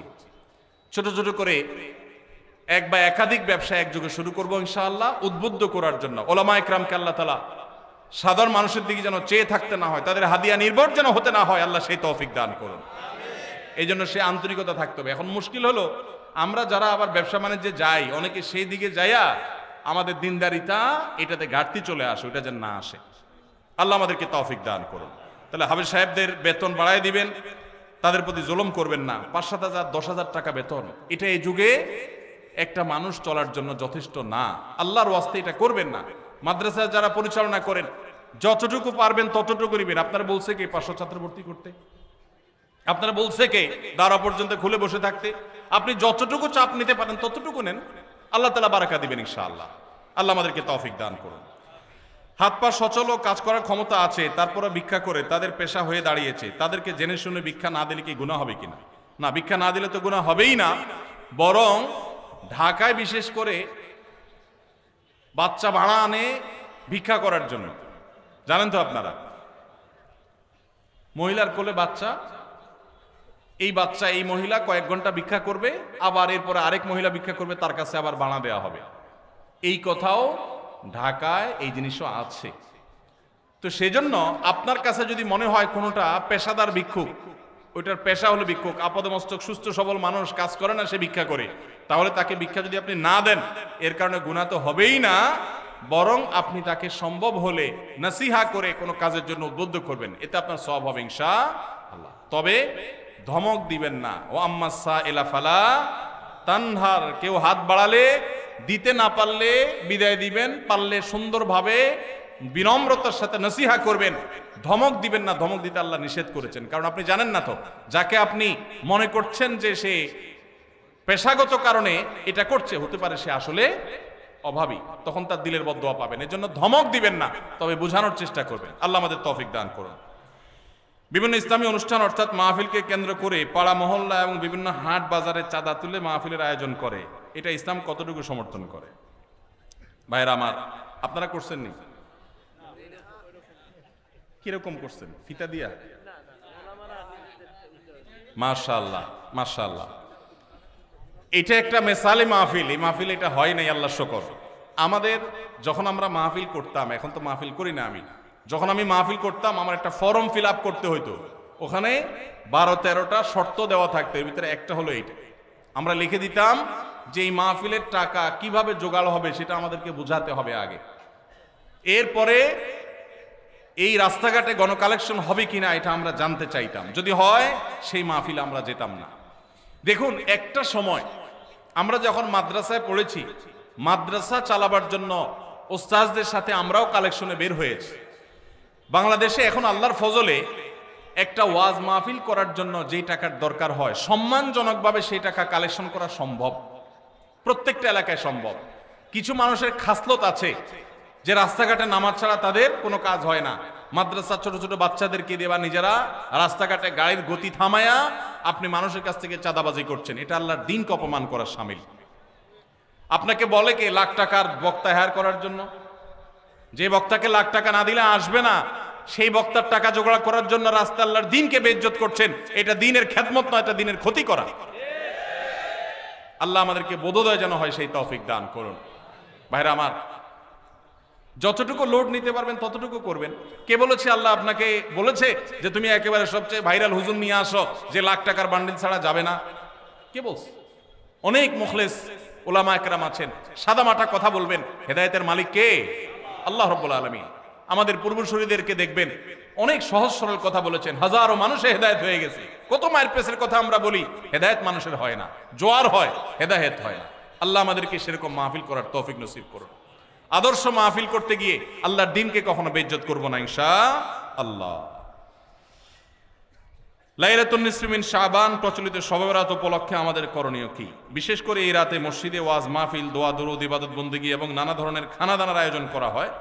কোরআন সুন্নাহর আলোকে এগুলো ঠিক কিনা জানলে উপকৃত হব। ভাইরা আমার, লাইলাতুন নিসফি মিন শাবান যেটাকে আমরা শবে বরাত বলি, এই লাইলাতুন নিসফি মিন শাবানে আল্লাহ তাআলা হিংসুক এবং মুশরিক ছাড়া বাকি মানুষদেরকে, বাকি মুসলমানদেরকে আল্লাহ তাআলা সাধারণ ক্ষমা ঘোষণা করেন মর্মে একটা হাদিস আছে। এছাড়া আরো বেশ কিছু হাদিস আছে যেগুলোর কোনো না অনেকগুলো সনদের মধ্যে কিছুটা দুর্বলতা আছে, কিন্তু মোটের পরে এ রাতের ফজিলত সুসাব্যস্ত এবং প্রমাণিত। কিন্তু এর মানে এই নয় যে এই রাতকে কেন্দ্র করে আমরা যা করি আমাদের দেশে তার সব সঠিক। আমাদের দেশে লাইলাতুল বরাতে মানুষের যে ভিড় মসজিদগুলোতে, এটা তো ভালো জিনিস যে মানুষ মসজিদে আসছে, কিন্তু অন্যদিন না এসে এই রাতে বেশি আসার কারণটা কি? লাইলাতুল কদর বেশি ফজিলতপূর্ণ নাকি এই রাত বেশি ফজিলতপূর্ণ? লাইলাতুল কদরের সাথে কোনো তুলনা চলবে? সেই রাতে মানুষ কি এত বেশি ইবাদতের চেষ্টা করে? তাহলে এই রাতে এত বেশি চেষ্টার রহস্যটা কোথায়? রহস্য হলো আমাদের দেশে মানুষ মনে করে যে এই রাতে ভাগ্য ঠিক হয়, অতএব সারা বছর যাই করি না করি এই একটা রাত মসজিদে গিয়া আল্লাহ বিল্লাহ করে যদি সারা বছরের ভাগ্যটা ঠিকঠাক করা যায়, এরপর আর মসজিদে যায় কেনা। এই চালাকি করলে কি ভাগ্য ঠিক হয়ে যাবে? ভাইরা আমার, লাইলাতুন নিসফি মিন শাবানকে কেন্দ্র করে বহুবিধ বিদআত, বহুবিধ বাড়াবাড়ি, বহুবিধ কুসংস্কার আমাদের সমাজে আছে। এক সময় তো প্রচুর পরিমাণ পটকা ফুটাফাটি চলতো। আলহামদুলিল্লাহ, প্রশাসনের ভাইয়েরা প্রতি বছর নিষেধাজ্ঞা আরোপ করেন এবং এটা অনেকটা কমেছে, যেটা আমাদের নিরাপত্তা হুমকির মধ্যে আমাদেরকে ফেলে। দ্বীনের নামে আমরা কখনো সেগুলো করতে পারি না। অনেক মসজিদে আলোকসজ্জা করা হয়। আলোকসজ্জা তো আপনি এমনিই করেন সারা বছর, কিন্তু এই রাতকে কেন্দ্র করে আলাদা করে আলোকসজ্জা করা, এই রাতকে কেন্দ্র করে ওই যে হালুয়া রুটি খাওয়ার একটা ব্যাপার এখনো আমাদের দেশে কোথাও কোথাও আছে। অনেকে মনে করে নবীজির দাঁত মোবারক শহীদ হয়েছেন উহুদের ময়দানে, তো তিনি হালুয়া খাইছেন, সেজন্য আমরা ভালো দাঁতে হালুয়া খাই। নবীজির দাঁত ভাঙা হালুয়া খাইছেন, আমাদের আস্ত দাঁতে আমরা কি খাই? হালুয়া খাই। আপনার বাপের ঠ্যাং ভেঙে গেছে, উনি একটা লাঠি দিয়া খোড়ায় খোড়ায় হাঁটে, আপনার আস্ত ভালো দুইটা ঠ্যাং আছে, আপনি বাপের মহব্বতে বলছেন বাবা তোমার পাওটা ভেঙে গেছে, সেই মহব্বতে আমি আমার ভালো পাও নিয়ে লাঠি দিয়ে আমি খোড়ায় খোড়ায় হাঁটতেছি। কি বলেন? বাপ খুশি হবে? খুশি হবে? বলবে এটা তো বেয়াদবি, তামাশা করতেছো আমার সাথে, আমার ভেঙাইতেছো। নবীজি সাল্লাল্লাহু আলাইহি সাল্লাম দাঁত মোবারক শহীদ হয়েছে বাতিলের বিরুদ্ধে জিহাদ করতে গিয়ে। আপনি বাতিলের সাথে আঁতাত করবেন আর হালুয়া খায়া নবীজির সুন্নাত আদায় করবেন, এর চেয়ে বড় হাস্যকর জিনিস আর হতে পারে না। অতএব সব ধরনের বাড়াবাড়ি কুসংস্কার আমাদের বন্ধ করতে হবে। এমনকি এই রাত উপলক্ষে মসজিদে দোয়া দুরুদের জন্য সমবেত হওয়া, এ রাতে মানুষকে ডাকাডাকি করে একেবারে এ রাতের ফজিলতের জন্য মসজিদে সবাই একত্র হওয়াকে যারা জরুরি মনে করেন তারাও ভুলের মধ্যে আছে। ব্যক্তিগত ইবাদতে আল্লাহর ক্ষমা পাওয়ার জন্য চেষ্টা করতে পারেন, সেটা ভিন্ন বিষয়। আল্লাহ আমাদেরকে বুঝার তৌফিক দান করুন। আমাদের দেশে কেউ মারা গেলে চল্লিশা বা জমাত খাওয়ানো হয়, এটা জায়েজ আছে কিনা? ভাইরা আমার, বাংলাদেশের সবচেয়ে শক্তিশালী বেদাত হলো এই বেদাত। এর চেয়ে বড় শক্তিশালী বেদাত এদেশে আর নাই। এই ঠিক ঠিক বলা মানুষ বহু লোক আছে জমাত খায় বেড়ায়। এই বরগুনার আমাদের অফিসে কিছু স্টাফ আছে, বরগুনার 2-3 জন আমার পরিচিত। তো এরা, আমি শুনছি যে তাদের একটা গ্রুপ খুলছে, তারা ফেসবুকে না যেন হোয়াটসঅ্যাপে গ্রুপ খুলছে, জমাত খাওয়ার গ্রুপ। কোথায় কখন কে মরে, কোথায় কার মরার খাওয়ান হয়, ওই গ্রুপে জানাই দিলে সবাই দলে দলে সেখানে চলে যায়। এটা তারা এক এক ইউনিয়নের এক একজন মিলে এটা করছে, যাতে কোনো ইউনিয়নের জমাত যাতে মিস না হয়। তো ভাই, এটা হলো সবচেয়ে শক্তিশালী বিদআত। কেন? আমি একটা কথা প্রায় বলি, আপনি গুগলে গিয়ে, সবার হাতে হাতে এখন আজকাল মোবাইল আছে, স্মার্টফোন আছে, গুগলে গিয়া শ্রাদ্ধ লিখে সার্চ দিবেন, তালিব্যস রফালা আকার দয়ের পিঠে বড় ধ, শ্রাদ্ধ। শ্রাদ্ধ লিখে যদি আপনি সার্চ দেন, আপনি দেখবেন সার্চের যে রেজাল্ট আসবে আপনার চোখ খুলে দিবে। কি? হিন্দুদের মধ্যে একটা ধারণা আছে, সেটা হলো যদি কোনো মানুষ মারা যায়, যে মারা যায় তার মৃত্যুর পর এলাকাবাসী আত্মীয় স্বজন সবাইকে দাওয়াত দিয়ে না খাওয়ানো হলে ওই লোক স্বর্গে সোনা দানা পায়, খাওন পায় না, সে না খায় কষ্ট করে। এই জন্য ওই লোকের জন্য যে খানা দানার আয়োজন করে, ওই অনুষ্ঠানের নাম হলো শ্রাদ্ধ। ওইটার নাম কি ভাই? শ্রাদ্ধ। গুগল করে দেখেন, পেয়ে যাবেন হাতের কাছেই। আমাদের সাবকন্টিনেন্টে যেহেতু হিন্দু ভাইদের সাথে আমাদের সামাজিক সহাবস্থান আছে, তারা তাদের ধর্ম পালন করেন। আমি তাওহীদবাদী, আমি ইমানদার, সেই জায়গা থেকে আমি শিরকে, আল্লাহর নিকট সবচেয়ে অপরাধ মনে করে বাঁচার চেষ্টা করি। কিন্তু তারটা তিনি করেন, তারটা তিনি করে, এটা তার ব্যাপার। কিন্তু তাদের সাথে মিশার ফলে তাদের অনেক সংস্কৃতি আমাদের মুসলমানদের মধ্যে চলে আসছে, আমরা টেরও পাই নাই। এই যে মানুষ মারা যাওয়ার পরে যে খাওয়ার অনুষ্ঠান মৃত ব্যক্তির ওয়ারিসদের উপরে চাপানো হয়, এটা ওই শ্রাদ্ধ থেকে এসেছে। এটা ইসলামে নাই। ইসলামে আছে উল্টাটা। উল্টা কি? একটা মানুষ মারা গেছেন, নবী সাল্লাল্লাহু আলাইহি সাল্লাম বলেছেন অমুক মারা গেছেন, তার পরিবারের লোকদের জন্য তোমরা খাবারের ব্যবস্থা করো। কেন? কারণ তাদের রান্না করার মতো মানসিক অবস্থা নাই। আমরাও সেটা করি, অবশ্য আপনারাও করেন। কেউ মারা গেলে তার আত্মীয় স্বজন, তার ছেলে মেয়ে বউ বাচ্চাদেরকে খাওয়ান দাওয়ান দেন, 2 দিন 3 দিন একটু খাওয়ান টাওয়ান পাঠান, এরপরে 40 দিনের দিন সুদে আসলে একসাথে উঠায় নেন। কি বলেন? খাবার পাঠান গামলায় করে একটু, আর খাওয়ার সময় গোটা গরুটা খেয়ে ফেলেন এলাকার মানুষ। বাপ মারা গেছে, আপনি খুশি না বেজার? খুশি না বেজার? আপনার মা মারা গেছে, আপনি খুশি না বেজার? যদি বেজার হন, খাওয়ানোর যত অপশন আছে, খাওয়ানোর যত উপলক্ষ আছে মানুষ খাওয়ানোর, এটা খুশি হয়ে না বেজার হইয়া? যেমন মানুষ বিয়ে করছে, খুশির চোটে অলিমা খাওয়ায়, এটা সুন্নাত। কারোর বাচ্চা হয়েছে, খুশি, এজন্য সে আকিকা খাওয়ায়। কারোর ছেলেটা পাস করছে, সে খুশি হয়েছে, এজন্য সে আটার দলা খাওয়ায়, মিষ্টি খাওয়ায়। কিন্তু আপনার বাবা মারা গেছে, আপনার তো মনের কষ্ট। আপনি যেভাবে জিয়াফত দিচ্ছেন, আপনি যেভাবে মেজবানি খাওয়াচ্ছেন, এটা দেখে তো মনে হচ্ছে আপনি অনেক খুশি যে বাপটা চলে গেছে, এখন জমি জমার ভাগযোগগুলো আমরা পাবো। এই উসিলা সবারে খাওয়াই। আল্লাহ আমাদেরকে হেদায়েত দান করুন। শক্তভাবে এই বেদাত আমাদের সমাজ থেকে দূর করতে হবে ইনশাআল্লাহ। আমাদের সচেতন হতে হবে। আপনার বাবা মা মারা গেছেন, ওনাদের জন্য আপনি কি করবেন? দোয়া করবেন, ইস্তেগফার করবেন, চোখের পানি ফেলবেন, দান সাদাকা করবেন। মাদ্রাসায় এতিম গরিব ছাত্ররা আছে, একবেলা খাবার টাকা দিয়ে দেন। মসজিদে কিছু ইট কিনে দেন, মসজিদের জায়গা কিনবে, সেখানে টাকা দিয়ে দেন। একজন গরিব মানুষকে কিছু টাকা দিয়ে দেন। মুর্দার তরফ থেকে সাদাকা করলে তার সব মুর্দা পায়, সেটা আপনি করেন।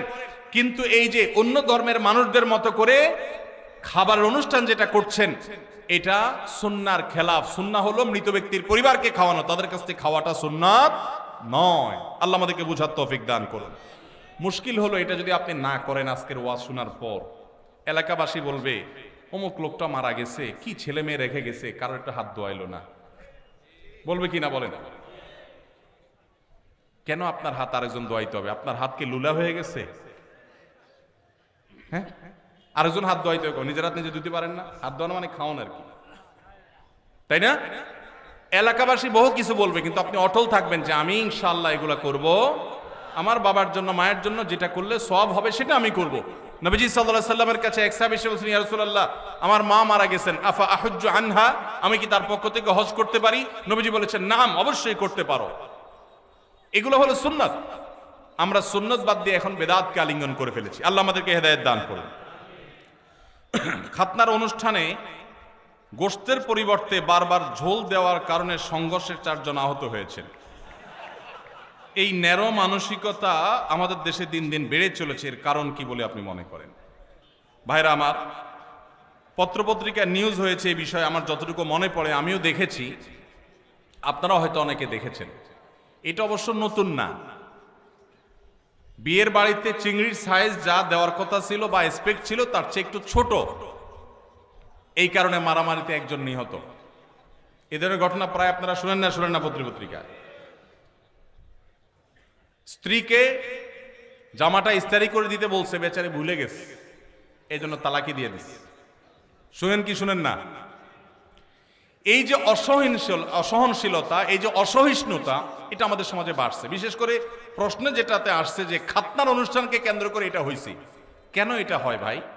এর 2টা কারণ আমার কাছে মনে হয়। নাম্বার 1, এই যে খাতনার অনুষ্ঠানে মারামারি হয়ে 4 জন আহত, বিয়ের অনুষ্ঠানে মারামারি হয়ে বিয়ে ভেঙে যায়, মানুষও খুন হয়, এরকম ন্যাক্কারজনক ঘটনা পৃথিবীর আর কোন দেশে হয় আমি জানি না, তবে আমাদের দেশে হয়। দুর্ভাগ্য আমাদের। এর একটা কারণ হলো এই খাতনার অনুষ্ঠান তো খাতনার অনুষ্ঠান না, এটা চাঁদাবাজির অনুষ্ঠান। বিয়ের অনুষ্ঠান তো বিয়ের অনুষ্ঠান না, ওইটা আরেক চাঁদাবাজির অনুষ্ঠান। এখন যেই লোকটা 2000 টাকা দামের গিফট নিয়ে আসছে, সে জমা দেওয়ার সময় চিন্তা করছে 2000 টাকা উসুল করতে হবে। এখন খাইতে বসছে, একবার গোশত দিয়া এরপর বারবার শুধু ঝোল দিয়া বিদায় দেন, তার তো চান্দি গরম হবেই। সে তো আপনার এখানে ইনভেস্ট করছে, এটা তো ব্যবসা। আপনার যেরকম ধান্দা তারও কি ধান্দা। পৃথিবীর কোন দেশে এই নোংরা নিয়ম আছে আমি জানি না, তবে আমাদের দেশে আছে। আমরা জানি রেস্টুরেন্টে এটা হয়, রেস্টুরেন্ট, ভাড়ার বিনিময়ে আরাম, রেস্টুরেন্ট। রেস্টুরেন্টে, হোটেলে ভাই নিয়ম, আমাদের দেশে বেশিরভাগ হোটেলের নিয়ম হলো আগে খায়, নর্মাল হোটেলগুলোতে আগে মানুষ খায়, যাওয়ার সময় ক্যাশে টাকা দিয়ে যায়। আর বিয়ের বাড়ি, খাতনা, এগুলোকে আমরা এমন একটা ন্যাক্কারজনক ব্যবসায় বানাইছি যে এখানে আগে দিয়ে তারপর ঢোকা লাগে। কপালে কি গোশত আছে না ঝোল আছে, চিংড়ি সাইজ কি আপনি জানেন না, মাগার 2000 টাকার গিফট আগে ধুইয়া গেটে ঢুকার সময় নাম লেখায় তারপর ঢুকতে হবে। আমি এটাকে নাম দিছি চাঁদাবাজি।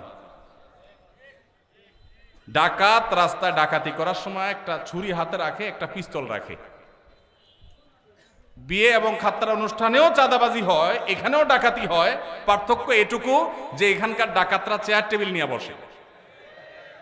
বুঝেন নাই কথা? সাধারণ ডাকাতরা অস্ত্র নিয়ে ধরে, আর এখানে হলো চেয়ার টেবিল খাতা কলম নিয়ে, হ্যাঁ ঢুকতেছেন, বলেন কি নাম, কি আনছেন দেন। এই জন্য এই সমস্ত দাওয়াত পাইলে মানুষের মন খারাপ হয়। অনেক মধ্যবিত্ত, নিম্ন মধ্যবিত্ত মানুষ আছে, নিজে চলতে কষ্ট হয়, কিন্তু বিয়ের একটা কার্ড ধরাই দিছে, খাতনা একটা কার্ড ধরাই দিছে, না গেলে বলবে বকিল, আর গেলে টাকা দিতে হবে। খাবে না 500 টাকা, দিতে হবে 2000 টাকা। এটা কি জায়েজ না না জায়েজ কাজ? যুবক ভাইয়েরা যারা বিবাহ করেন নাই, বাবাজিরা যারা ছেলে মেয়েকে বিবাহ করাবেন, আল্লাহর ওয়াস্তে দীপ্ত কণ্ঠে শপথ করেন এবং মনে মনে সংকল্প করেন, আমরা ইনশাল্লাহ এই অনাচার এই সমাজ থেকে দূর করব।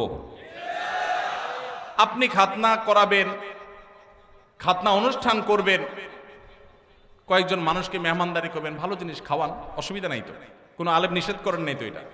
কিন্তু আপনি সেটাকে ব্যবসা বানায় নিছেন। আপনার যদি খাবারের ব্যবসা করার এত প্ল্যানই থাকে, এই দাওয়াতের নামে নাটক না করে আপনি রেস্টুরেন্ট খুলে বসেন, খানা বেচবেন, 500 টাকার খানা খাওয়াবেন, হাদিয়া নেবেন 2000। অনেক জায়গায় আগে থেকে যোগ বিয়োগ করা হয়, মেহমান দাওয়াত দিব 500, খরচ হবে এত, এক একজন এবারে যে 1000 করে আনলো, লাভ থাকবে এত। এটা কি ব্যবসা না? ব্যবসা না? এই ব্যবসার অনুষ্ঠান করতে আমাদের লজ্জা হওয়া উচিত। যুবক ভাইরা বিয়ের কার্ডে লিখে দিবেন, অনেক জায়গায় অনেক যুবকরা এটা শুরু করেছেন, আমি দেখেছি মাশাআল্লাহ। বিয়ের কার্ডে লিখে দিবেন, বিবাহ একটি সামাজিক অনুষ্ঠান এবং একটি ইবাদত, একটি আমল। অতএব আমার এই বিবাহে আপনি এসে আমাদের ধন্য করবেন, অনুগ্রহ করে কোনো উপহার উপঢৌকন আনবেন না, আনলে সেটা গ্রহণ করার ব্যবস্থা থাকবে না। কলিজা আছে? কার কার কলিজা আছে হাত তুলেন দেখি। আল্লাহ আমাদের তৌফিক দান করুন। ভাইরা আমার, যৌতুক এই সমাজের বুকে চেপে থাকা একটা জগদ্দল পাথর ছিল। এই মাহফিলের মঞ্চ থেকে, মসজিদের মিম্বর থেকে ওলামায়ে কেরাম যৌতুককে এই দেশে জাদুঘরে পাঠিয়ে দিয়েছেন। অনেকে আছেন আলেমদের এই সমাজে অবদান খুঁজে পায় না, তাদেরকে বলছি যে ওলামায়ে কেরাম মাদক, যৌতুক এই সমস্ত সামাজিক অভিশাপগুলো একটা একটা করে দূর করে দিয়েছেন। অতএব আমাদেরকে এই বিবাহ খাতনার নামে যে চাঁদাবাজি হয় সেগুলো বন্ধ করতে হবে ইনশাআল্লাহ। সবাই চেষ্টা করবো তো ইনশাআল্লাহ। আরেকজন যদি মনের কষ্ট নিয়ে একটা হাদিয়া দিয়ে যায়, একটা হাদিয়া দিয়ে গেল, একটা ডিনার সেট এনে দাওয়াত খাইলো, কিন্তু তার মনের কষ্ট আছে। গরিব মানুষ বা মধ্যবিত্ত মানুষ অনেক কষ্ট করে, নিম্ন মধ্যবিত্তের মানুষ এটা কিনছে, কিন্তু আত্মীয় স্বজন দাওয়াত না দিলে মানে গেলে না গেলে মানুষ থাকে না, সে নিয়ে আসছে, মনের খুশি নেই। নবী সাল্লাল্লাহু আলাইহি সাল্লাম বলেছেন, লা ইয়াহিল্লু মালু ইমরিইন মুসলিমিন ইল্লা বিতিবি নাফসি, কোন মুসলমানের সম্পদ তার মনের সন্তুষ্টি ছাড়া দিলে সেটা গ্রহণ করা হালাল হবে। তাহলে আপনি হারাম খাচ্ছেন। আল্লাহকে আমরা ভয় করব, চেষ্টা করব তো ইনশাআল্লাহ। এই যে খাতনার অনুষ্ঠানে মারামারি, বিয়ের অনুষ্ঠানে মারামারি, এর একটা কারণ হলো এইটা যে এটাকে চাঁদাবাজি বানায় নিছেন। এই জন্য জৈসা করনা ওয়াইসা ভরনা, যেমন করবেন অমন পাবেন। নাম্বার 2, দ্বিতীয় কারণ হলো আমাদের মন মানসিকতাগুলো দিন দিন এত বেশি ভোগবাদী হয়ে উঠছে, আমাদের শিক্ষিতের হার বেড়েছে, মনুষ্যত্বের হার বাড়ে নাই। আমাদের দেশে শিক্ষিত মানুষের হার বেড়েছে, ভালো মানুষের হার বাড়ে নাই, কমেছে। যার কারণে সর্বত্র দেখবেন দুর্নীতি, অপশাসন, অন্যায়, অনাচার ভরে গেছে। এই জন্য আমাদের সমাজে, আমাদের শিক্ষা প্রতিষ্ঠানগুলোতে, আমাদের জাতীয় কারিকুলামে, আমাদের স্কুল কলেজে ধর্মীয় শিক্ষা বাধ্যতামূলক করতে হবে। এগুলো আমাদের সন্তানদেরকে মনুষ্যত্ব শিখাবে, নৈতিকতা শিখাবে, আদর্শ শিখাবে। যতদিন আমাদের শিক্ষা প্রতিষ্ঠানগুলোতে, পরিবারগুলোতে দ্বীনের চর্চা ছিল, ততদিন মানুষ এত নিচে নামে নাই, আলহামদুলিল্লাহ। এখন দিনদারিতা কমছে, মানুষ পশুত্বকে হার মানিয়ে দিচ্ছে। আল্লাহর ওয়াস্তে আমরা সহনশীলতার চর্চা করব। আমাদের মধ্যে সবর কমে যাচ্ছে, বেসবরই বাড়ছে। নফল আমল করার মানুষ পাবেন, ওয়াজ মাহফিলে আসার মানুষের অভাব নাই, কিন্তু চুন থেকে নুন খসলেই চান্দি গরম হয়ে যায়। ভালো না খারাপ? ভালো না খারাপ? যে নিজের রাগকে সংবরণ করতে পারে না সে কি ভালো মুসলমান? যে রাগকে সংবরণ করতে পারে। আপনি গিয়েছেন একটা দাওয়াতে, অনেক মানুষকে বড় মুখ করে নিয়ে গেছেন, যারা দাওয়াত খাওয়াচ্ছে তারা একটু ছোট লোকই করছে, হয়তো একটু মেহমানদারিতে কমতি করছে, কিন্তু তাই বলে আপনি সেখানে গন্ডগোল, ফাসাদ, ঝগড়া লাগাবেন? আপনার চাইতে নিচু মানুষ তো আরেকজন হতে পারে না। এই জন্য যুবক ভাইরা নিজেদেরকে ধৈর্যশীল বানানোর চেষ্টা করবো তো ইনশাআল্লাহ।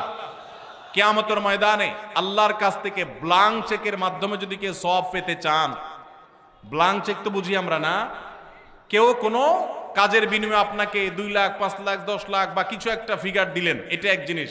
আরেকটা হলো চেকে সই করে খালি চেক দিয়ে দিছে, অঙ্ক তুমি বসায় নয়, যা খুশি। তো এর চাইতে বড় বিনিময় আর হতে পারে? আল্লাহ রাব্বুল আলামিন কিয়ামতের ময়দানে ব্লাঙ্ক চেকের মতো বিনিময় দিবেন, একটা আমলের বিনিময়। বলবো সেটা কোনটা? আল্লাহ বলেছেন কোরআনে, ইন্নামা ইউওয়াফাস সাবিরুনা আজরাহুম বিগাইরি হিসাব। ধৈর্যশীলদের, যারা নিজেদেরকে সংবরণ করতে পারে, চান্দি গরম হলে উল্টাপাল্টা বলে ফেলে না, করে না, সবসময় সবর করে। সবরের যে 3টা প্রকার আছে, ইবাদত করতে গিয়ে সবর, পাপ কাজ ছাড়তে গিয়ে সবর। সবাই ভ্যালেন্টাইন ডে উপলক্ষে সাথীরা, বন্ধুরা অপকর্মে লিপ্ত হয়, সে তার জীবনকে বাঁচাবার জন্য, চরিত্রকে বাঁচাবার জন্য সংগ্রাম করে বেড়ায়, এটা একটা সবর। মাথা রক্ত উঠার মতো কাজ হয়েছে, কিন্তু সে নিজেকে ধরে রাখতে পারে, হজম করে, সবর করে, এটা সবচেয়ে বড় সবর। তো এই যে সবর যারা করে, আল্লাহ বলেছেন ইন্নামা ইউওয়াফাস সাবিরুনা, ধৈর্যশীলদেরকে বিনিময় দেয়া হবে আজরাহুম বিগাইরি হিসাব, কোনো হিসাব ছাড়া, ব্ল্যাঙ্ক চেক। আল্লাহ আমাদেরকে ধৈর্যশীল হওয়ার তৌফিক দান করুন। নামাজি মুসলমান পাবেন, দাড়ি লম্বা আলা মুসলমানও পাবেন, জুব্বা টুপি আলা মুসলমানও পাবেন, আলেম মুসলমানও পাবেন, কিন্তু ধৈর্যশীল মুসলমানের সংখ্যা অনেক কম, অনেক কম। আল্লাহ আমাদের ধৈর্যশীল হওয়ার তৌফিক দান করুন। সালাম দিলে কত নেকি এবং সালামের উত্তর দিলে কত নেকি হয়, এ বিষয়ে আপনার মতামত জানতে চাচ্ছি। আমাদের গ্রামে সালাম নিয়ে নতুন করে ফিতনা হচ্ছে। এটা আবার কি? সালাম নিয়ে আবার কি ফিতনা হয়? হ্যাঁ ভাই, সালাম যে আগে দিবে আল্লাহ তাআলা তাকে কত নেকি দিবেন, আর যিনি সালাম পরে দিবেন, সালামের জবাব দিবেন যিনি, 10। এটা তো হাদিসে সুসাব্যস্ত, এটা নিয়ে তো ইখতিলাফ করার কিছু নেই। যিনি সালাম আগ বেড়ে দিবেন তার ফজিলত বেশি, যিনি নিবেন তার ফজিলত কম। কেউ কোনো অন্যায় করলে তাকে যে কেউ শাস্তি দিতে পারবে কিনা? ভাইরা আমার, কোথাও কোনো অপরাধ হচ্ছে, কেউ কোনো অন্যায় কাজে লিপ্ত, তার সে অন্যায়ের শাস্তি আপনি নিজে হাতে দিবেন কিনা, অর্থাৎ আইন হাতে তুলে নেবেন কিনা? এই প্রশ্ন উত্তরে বলতে চাই এখানে দুইটা জিনিস আছে। একটা হলো অন্যায় দেখলে বাধা দেওয়া, যেটাকে নাহি আনিল মুনকার বলেছে কোরআন। এই নাহি আনিল মুনকারটা আমাদের উপরে কর্তব্য। নবী সাল্লাল্লাহু আলাইহি ওয়াসাল্লাম বলেছেন, মান রাআ মিনকুম মুনকারান ফালইয়ুগাইয়িরহু বিয়াদি ফাইল্লাম ইয়াস্তাতি ফাবিলিসানি ফাইল্লাম ইয়াস্তাতি ফাবিকলবি ওয়া যালিকা আদআফুল ঈমান। কোথাও কোথাও কোনো অনাচার দেখেছেন, কোনো অন্যায় দেখেছেন, আপনার দায়িত্ব হলো হাত দিয়ে সেটাকে থামিয়ে দেওয়া। এর মানে কিন্তু আইন হাতে তুলে নেওয়া না। এর মানে অন্যায়কারীকে শাস্তি দিয়ে শাস্তি কার্যকর করা নয়, তার বিচার করা নয়। এর মানে হলো আপনি আপনার শ্রম, মেধা, কায়িক পরিশ্রম দিয়ে সে অন্যায়টা যেন না হয় তার জন্য আপনি উদ্যোগ গ্রহণ করলেন। সে উদ্যোগটা আপনাকে আইন হাতে তুলে নিতে বলে না, কিন্তু উদ্যোগ নিতে হবে। আর যদি সেটা না পারেন, অন্তত মুখ দিয়া বলবেন ভাই অন্যায়টা করবেন না। আপনি যদি কোথাও অন্যায় হচ্ছে দেখেন, আপনি সেখানে প্রতিবাদ করবেন। তবে সেক্ষেত্রে নাহি আনিল মুনকার করার ক্ষেত্রেও, অসৎ কাজ, অন্যায় কাজে বাধা দান করার ক্ষেত্রেও আপনাকে হিকমা অবলম্বন করতে হবে। আপনাকে সর্বোচ্চ উপায় অবলম্বন করতে হবে, যথাযথ উপায়। যদি সেক্ষেত্রে আপনি ত্রুটি করেন, তাহলে দ্বীনের খেদমত করতে গিয়ে দ্বীনের আরো ক্ষতি হতে পারে কি পারে না? এই জন্য ভাইরা, বিদগ্ধ আল্লাহ বিরু আলেমদের সংস্রব, সোহবত, তত্ত্বাবধান নিয়ে এই সমস্ত কাজ করবেন, তাহলে এই সব কাজ সুফল বয়ে আনবে। আর না হলে এগুলো ক্ষতি আমাদের করবে। চেষ্টা করবো তো সবাই ইনশাআল্লাহ। ভাইরা আমার, আমাদের অনেক ভাইরা আছেন এই জাতীয় কাজ করতে গিয়ে তারা লেজে গোবর করে ফেলেন। এজন্য ওলামাদের তত্ত্বাবধান এবং পরামর্শ গ্রহণ করবো ইনশাআল্লাহ। দ্বিতীয় আরেকটা জিনিস আছে এখানে, সেটা হলো আমরা এই জাতীয় নাহি আনিল মুনকার করার বিষয়টি যেমন আমাদেরকে করতে হবে, পাশাপাশি কোনো লোক অপরাধ করলে তাকে আপনি মারধর করে, তাকে আপনি আঘাত করে শাস্তি কার্যকর করবেন, এই অধিকার ইসলাম আপনাকে, আমাকে, কাউকে দেয় নাই। এটা করবে বিচার ব্যবস্থা, ইসলামিক বিচার ব্যবস্থা যেন আসে, আল্লাহর বিধানের যেন বিচার হয়, তার জন্য চেষ্টা করবেন। তাই বলে আপনি নিজে বিচার শুরু করবেন না। যদি করেন তাহলে কি হবে? সমাজ সুশৃঙ্খল হবে না বিশৃঙ্খল হবে? আমার মতে আপনি অপরাধী, আপনাকে শাস্তি দেওয়া দরকার, আমি আপনাকে মারা শুরু করব। আপনার মতে আমি অপরাধী, আপনি আমাকে মারা শুরু করবেন, সমাজে কি শান্তি হবে না অশান্তি হবে? ইসলাম আমাদেরকে শৃঙ্খলা শিখায় না বিশৃঙ্খলা শিখায়? অতএব আমরা আইন কখনো হাতে তুলে নিব না। কারোর বিচার করার দায়িত্ব আমার আপনার না, তবে আমাদের দায়িত্ব নাহি আনিল মুনকার করা। আমরা একদিকে দেখা যায় অনেকে বিচারের কাজ নিজের হাতে তুলে নেন, আবার অনেককে দেখা যায় তারা নাহি আনিল মুনকারটা পর্যন্ত করেন না। আল্লাহ আমাদেরকে ব্যালেন্স করার তৌফিক দান করুন। চেষ্টা করবো তো ইনশাআল্লাহ। ভাইরা আমার, আমরা অনেকে মনে করি না আমরা বিচার করে ফেলবো। দেখুন, সাহাবা ইকরাম যখন দেখতেন কেউ কোনো অন্যায় করেছে, এমন অন্যায় করেছে যে তার মৃত্যুদণ্ড হওয়া উচিত, এমন একটা জঘন্য কাজ করেছে, তখন সাহাবীরা কি করতেন? ডাইরেক্ট ওই লোকটাকে মেরে ফেলতেন যায়? নিজের হাতে আইন বা বিচার বাস্তবায়ন করতেন না। তখন সাহাবীরা কি বলতেন? বহু হাদিস এরকম পাওয়া যায়। নবীজি সাল্লাল্লাহু আলাইহি সাল্লামকে তারা জিজ্ঞাসা করতেন, হে আল্লাহর রাসূল, আপনি অনুমতি দেন আমি এই মুনাফিকের গর্দান উড়াই দিই। এরকম হাদিস আছে না নাই? এই হাদিসটার মর্ম হলো, এই হাদিসটার ব্যাখ্যা হলো, নবীজি সাল্লাল্লাহু আলাইহি সাল্লাম মদিনা রাষ্ট্রের প্রধান বিচারক, শাসক, তার কাছ থেকে সাহাবী অনুমতি নিচ্ছেন, হে আল্লাহর রাসূল, আপনি বিচারক হিসাবে আপনি আমাকে অনুমতি দিলে আমি শাস্তি কার্যকর করব। তার মানে নিজের হাতে তিনি সেটা করতেন না, নবীজির নির্দেশের অপেক্ষা করতেন। তাহলে বোঝা গেছে বিচার আমরা যে কেউ নিজের হাতে তুলে নিতে পারি না।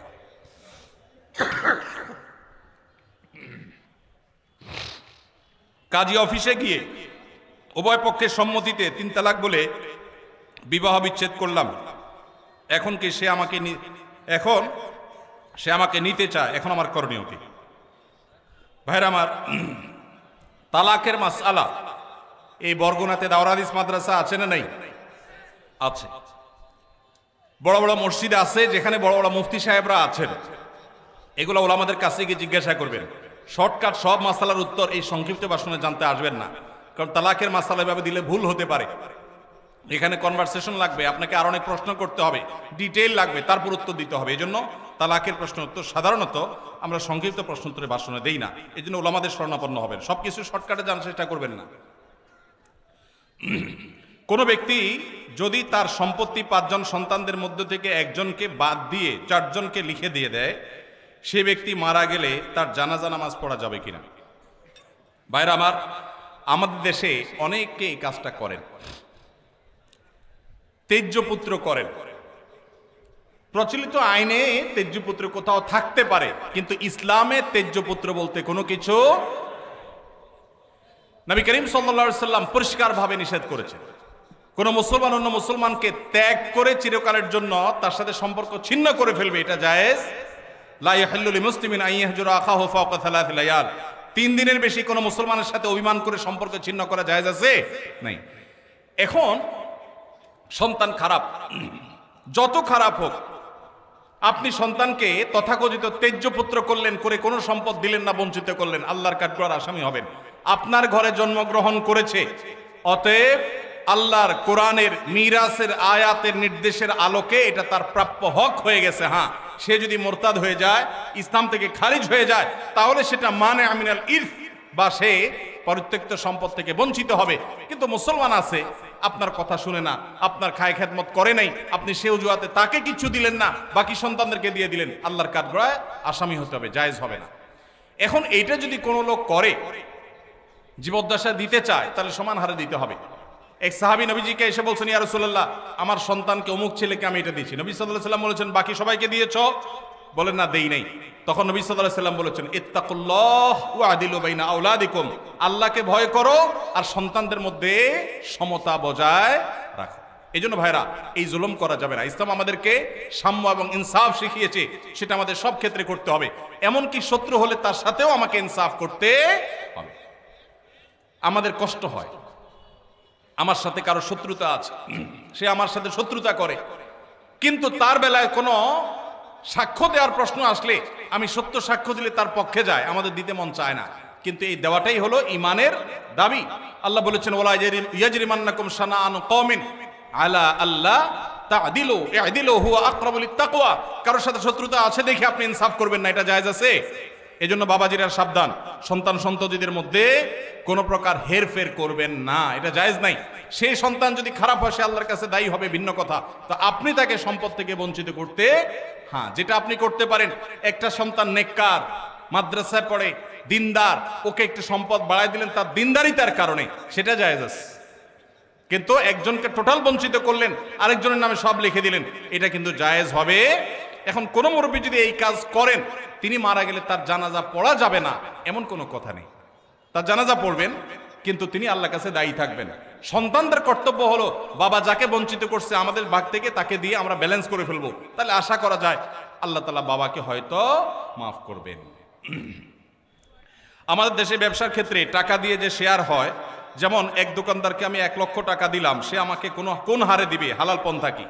ভাইরা আমার, আপনি কোন দোকানদারকে 1 লাখ টাকা দিলেন ফর এক্সাম্পল, আপনি তাকে বলবেন, ভাই এই টাকা দিয়ে ব্যবসা করার পর যদি আল্লাহ না করুক লস হয়, তো যা লস হবে আমি লস নেব। তোমার ব্যবসার পুঁজি আছে 10 লাখ টাকা, আমি সাথে 1 লাখ যোগ করলাম, তাহলে 11 লাখ হলো। 11 লাখে টোটাল ব্যবসাটা চলবে। ব্যবসাটা করার পর একটা পর্যায়ে দেখা গেল লস হয়ে গেছে, তো তোমার কি চলে গেছে 11 লাখ টাকা। যদি আমাদের 11,000 টাকা লস হয়, তো আমার 1,000 যাবে, তোমারও 10,000 যাবে। আর যদি লাভ হয়, সেক্ষেত্রে লাভের পার্সেন্টেজটা ঠিক করতে হবে। কিরকম? যে এই 1 লাখ টাকা আমি কত পার্সেন্ট পাবো? তুমি ব্যবসা যেহেতু নিজে পরিচালনা করবা, অতএব তুমি 60%, আমি 40%, অথবা তুমি 50%, আমি 50%, যে কোনো হার ঠিক করে লাভ এবং লস উভয়টার ভিত্তিতে যদি আপনি দেন, সেটা জায়েজ আছে। আর যদি 1 লাখ টাকা দিয়ে বলেন, ভাই আমার আসলটা ঠিক থাকবে, মাসে মাসে 2000 করে দিবেন, তাহলে এর নাম সুদ। এর নাম কি? কুল্লু কারজিন জাররা নাফআন ফাহুয়া রিবা। যদি আপনি এটা লোন হিসাবে দেন আর বিনিময় নেন, সেটা কি হবে? সুদ হবে। আল্লাহ আমাদেরকে বোঝার তৌফিক দান করুন। মেসেঞ্জার গ্রুপ চ্যাটিংয়ে SMS এর মাধ্যমে ইজাব কবুল হয়েছে, দুজন সাক্ষীও ছিল মেসেঞ্জারে, কোনো মোহর উল্লেখ করা হয়নি। এখন বিবাহ হয়েছে কিনা? মেয়ের বয়স 13 বছর। আজকাল আমাদের অনেক যুবকরা আল্লাহর শরীয়তের সাথে তামাশা করে। তামাশা, এগুলো আল্লাহর শরীয়তের সাথে কি তামাশা। দিন কোন ফাইজলামির নাম না ভাইরা আমার, সিরিয়াস ইস্যু। অনেকে আল্লাহকে সাক্ষী রেখে বিয়ে করে, এটা হলো অতি ভালো সাজা। অতি ভালো সাজা তো চোরের আলামত। এত মানুষ থাকতে, আল্লাহর বান্দা থাকতে আপনি আল্লাহরে কেন সাক্ষী বানাচ্ছেন? এই বিয়েগুলো বিশুদ্ধ নয়, এগুলো বিশুদ্ধ নয়, এগুলো জেনা হবে। বিবাহের জন্য দুজন সাক্ষীর উপস্থিতি, হিজাব কবুল থাকতে হবে। এই মেয়ে, বাচ্চা মেয়ে, তার বাবা কোথায়, মা কোথায়, অভিভাবক কোথায়, কোথাকার মেয়ে, জেনা করতে গিয়ে অনেক যুবককে শয়তান নেক্সট সুরতে ধোকা দেয়। তারা মনে করে আমরা হালাল করছি, অথচ তারা জেনায় লিপ্ত আছে। আল্লাহ আমাদের যুবক ভাইদেরকে হেদায়েত দান করুন। এগুলো জায়েজ নাই ভাই। কোন একদল লোক অস্থায়ীভাবে কোন এক অফিসে অবস্থান নিয়েছে, নিরাপত্তাজনিত কারণে তারা জুমার নামাজের জন্য পার্শ্ববর্তী মসজিদে না গিয়ে স্বস্থানে জুমার নামাজ আদায় করে। এখন জানার বিষয় হলো তাদের জুমার নামাজ সহি হয় কিনা। ভাইরা আমার, কোথাও যদি কেউ এরকম নিরাপত্তাহীনতা অনুভব করেন যে আমি জুমার নামাজ পড়তে গেলে আমার বিপদ হবে, দেখতে হবে ইস্যুটা কি ধরনের। এখন একজন চুরি করে পালাইছে, একজন সন্ত্রাসী করে পালাইছে, মানুষ খুন করে পালাইছে, ধরা পড়বে এই বয়সে জুমার নামাজ পড়তেছে না, এটা তো ভিন্ন জিনিস। কিন্তু কেউ এমন কোন পরিস্থিতিতে আছে যে সে বের হলেই তার জীবন হুমকির মধ্যে পড়বে, তখন তিনি বাসায় নামাজ পড়লে নামাজ হয়ে যাবে। আর জুমার নামাজ যদি তিনি জামাতের সাথে কোনো বাসায় পড়েন, তো জুমার নামাজ কোনো ভাষায় করার জন্য শরীয়তে অনেক শর্ত আছে। সেই শর্তগুলো না পাওয়া গেলে 2-4 জন মিলে জুমার নামাজ শুরু করে দিলে নামাজ হয়ে যাবে, এত সোজা না। এ বিষয়ে পুরো ডিটেইল অবস্থাটা জানা দরকার, যে আসলে কোন সিচুয়েশন, পরিস্থিতি কি, তারপরে মাসালা উত্তর দেওয়া সহজ হবে।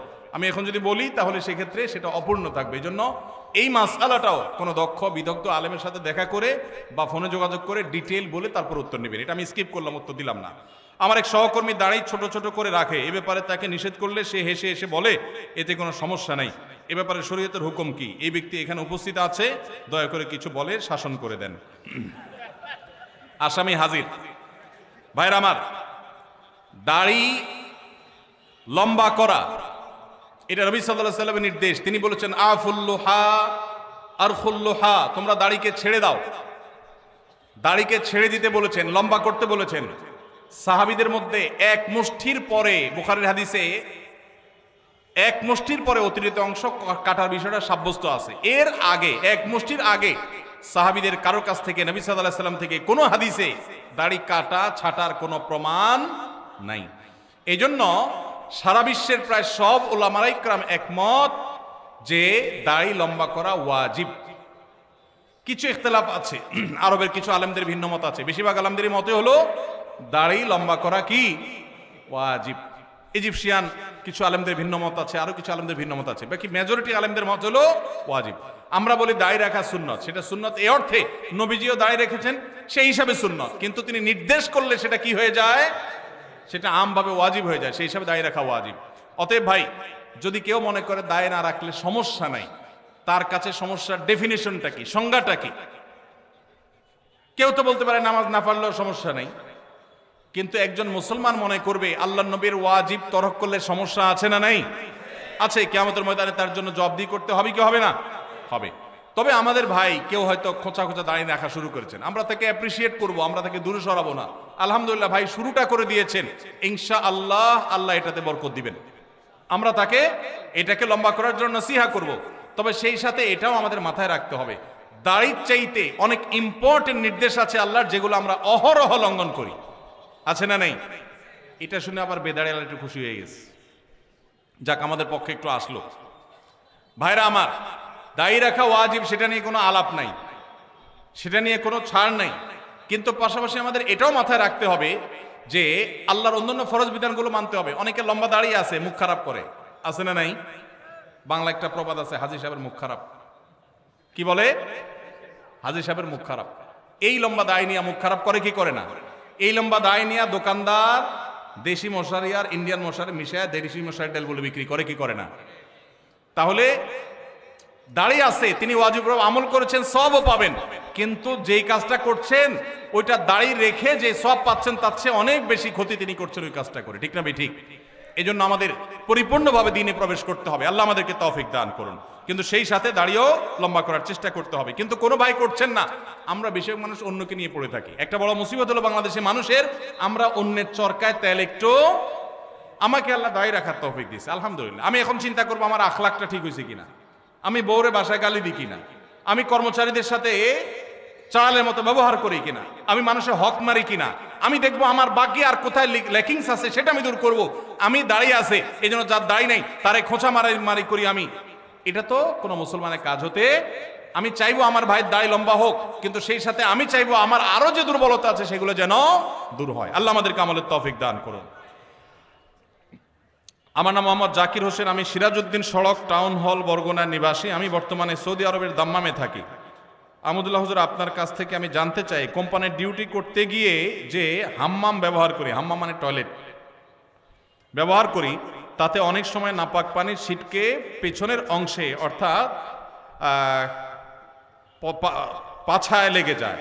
এই শব্দ না লেখলেও হইতো রে ভাই, যতটুকু বুঝতে পারি ধুয়ে ফেলি, কিন্তু এই নাপাক পানি প্যান্ট বা শার্টে লাগার সম্ভাবনা 100 ভাগ।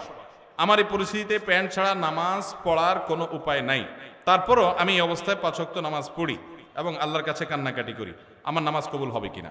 ভাইরা আমার, খুব দরকারি প্রশ্ন। আজকাল আমরা হাই কমোড ব্যবহার করছি অনেকেই, তাই না?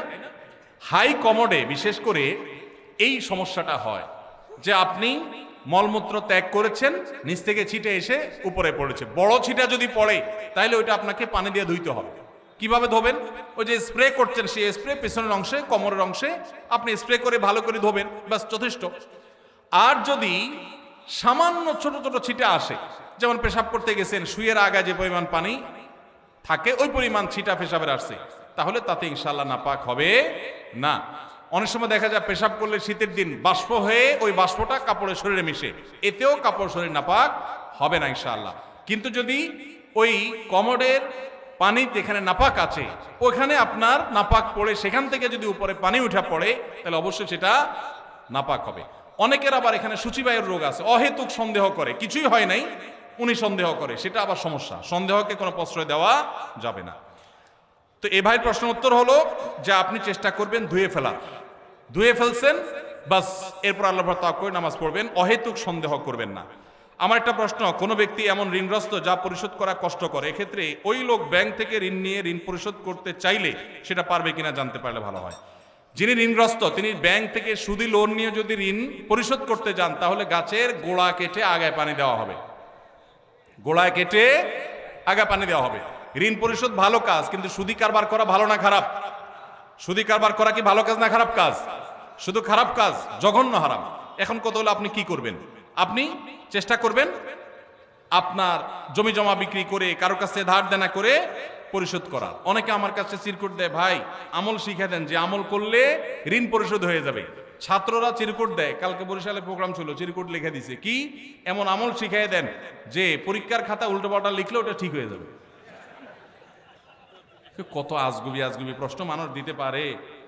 আমি এই প্রশ্ন দেখে বললাম, এই প্রশ্ন বলতেছে এটা একটা ফাঁকিবাজ ছাত্র।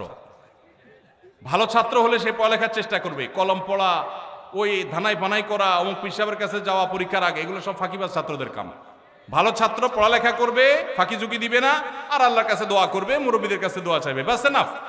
আপনি ধানাই ফানাই করলে এটা আলামত খারাপ। বিধায় একইভাবে ঋণ পরিশোধের জন্য অনেকে বলে ভাই আমল শিখাই দেন ঋণ পরিশোধ যেন হয়ে যায়। তা আমি অনেকের এরকম হাতের কাছে পেলে জিজ্ঞেস করি ঋণ কত টাকার, বলে 5 লাখ টাকা।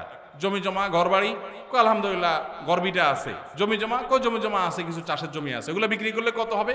ওগুলো তো অনেক টাকার জিনিস, তো সেগুলো বিক্রি করে ঋণ দেন না কেন? কেন জমি বিক্রি করে ঋণ দেবো নাকি? মানে আপনি দোয়া শিখাই দেন, ওইটা আমল করলে উপর থেকে আল্লাহ বস্তা ফালাই দিবে, ঋণ দিয়ে দিব, আর আমার জমি আমারটা থাকবে। এই 2 নাম্বারই করলে কোনো কাজ হবে?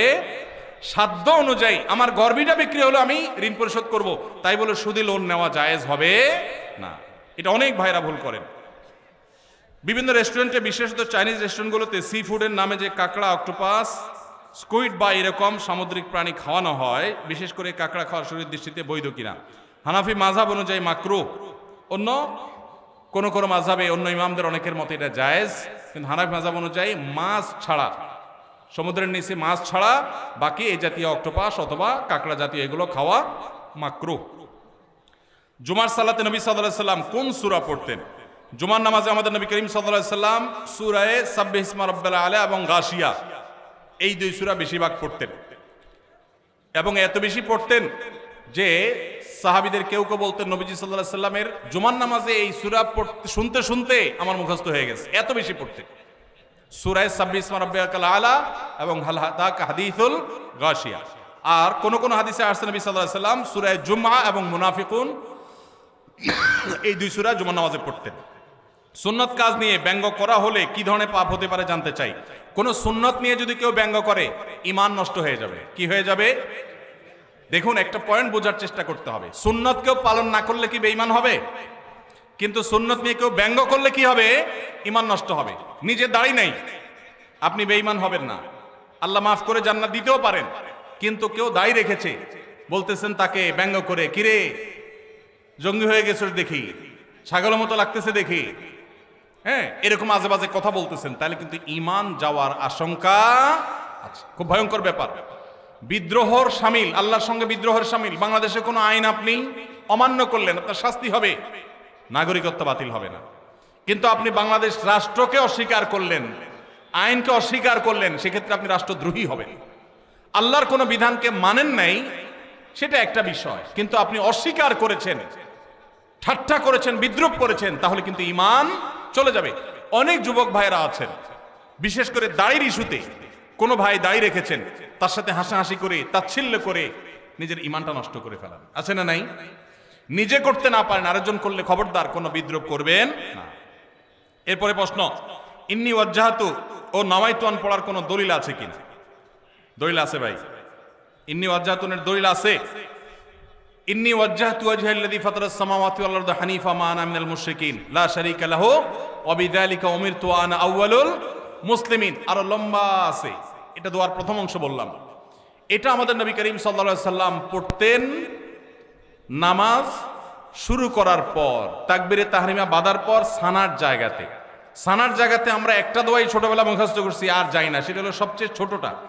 সানার মধ্যে তিনটা সানা প্রসিদ্ধ হাদিসে আছে, এর মধ্যে একটা হলো আল্লাহুম্মা বাঈদ বাইনি ওয়া বাইনা খাতায়ায়া কামা বাআদতা বাইনাল মাশরিকি ওয়াল মাগরিবি, এটা একটা সানা। আরেকটা হলো ইন্নী ওয়াজ্জাহতু ওয়াজহাল্লাযী ফাতারাস সামাওয়াতি ওয়াল আরদা হানিফা, অনেক বড় দোয়া, এটা আরেকটা সানা। আর সুবহানাকাল্লাহুম্মা ওয়া বিহামদিকা ওয়া তাবারাকা ইসমুকা ওয়া তাআলা জাদ্দুকা ওয়া লা ইলাহা গায়রুকা, এটা আরেকটা সানা। এটাকে দোয়ায়ে ইস্তিফতাহ বলা হয়, নামাজ শুরুর দোয়া। এই নামাজ শুরুর দোয়া হিসাবে আমরা সবচেয়ে ছোটটা মুখস্থ করছি, আর বাকি আরো দুইটা যে আছে আমরা জানি না।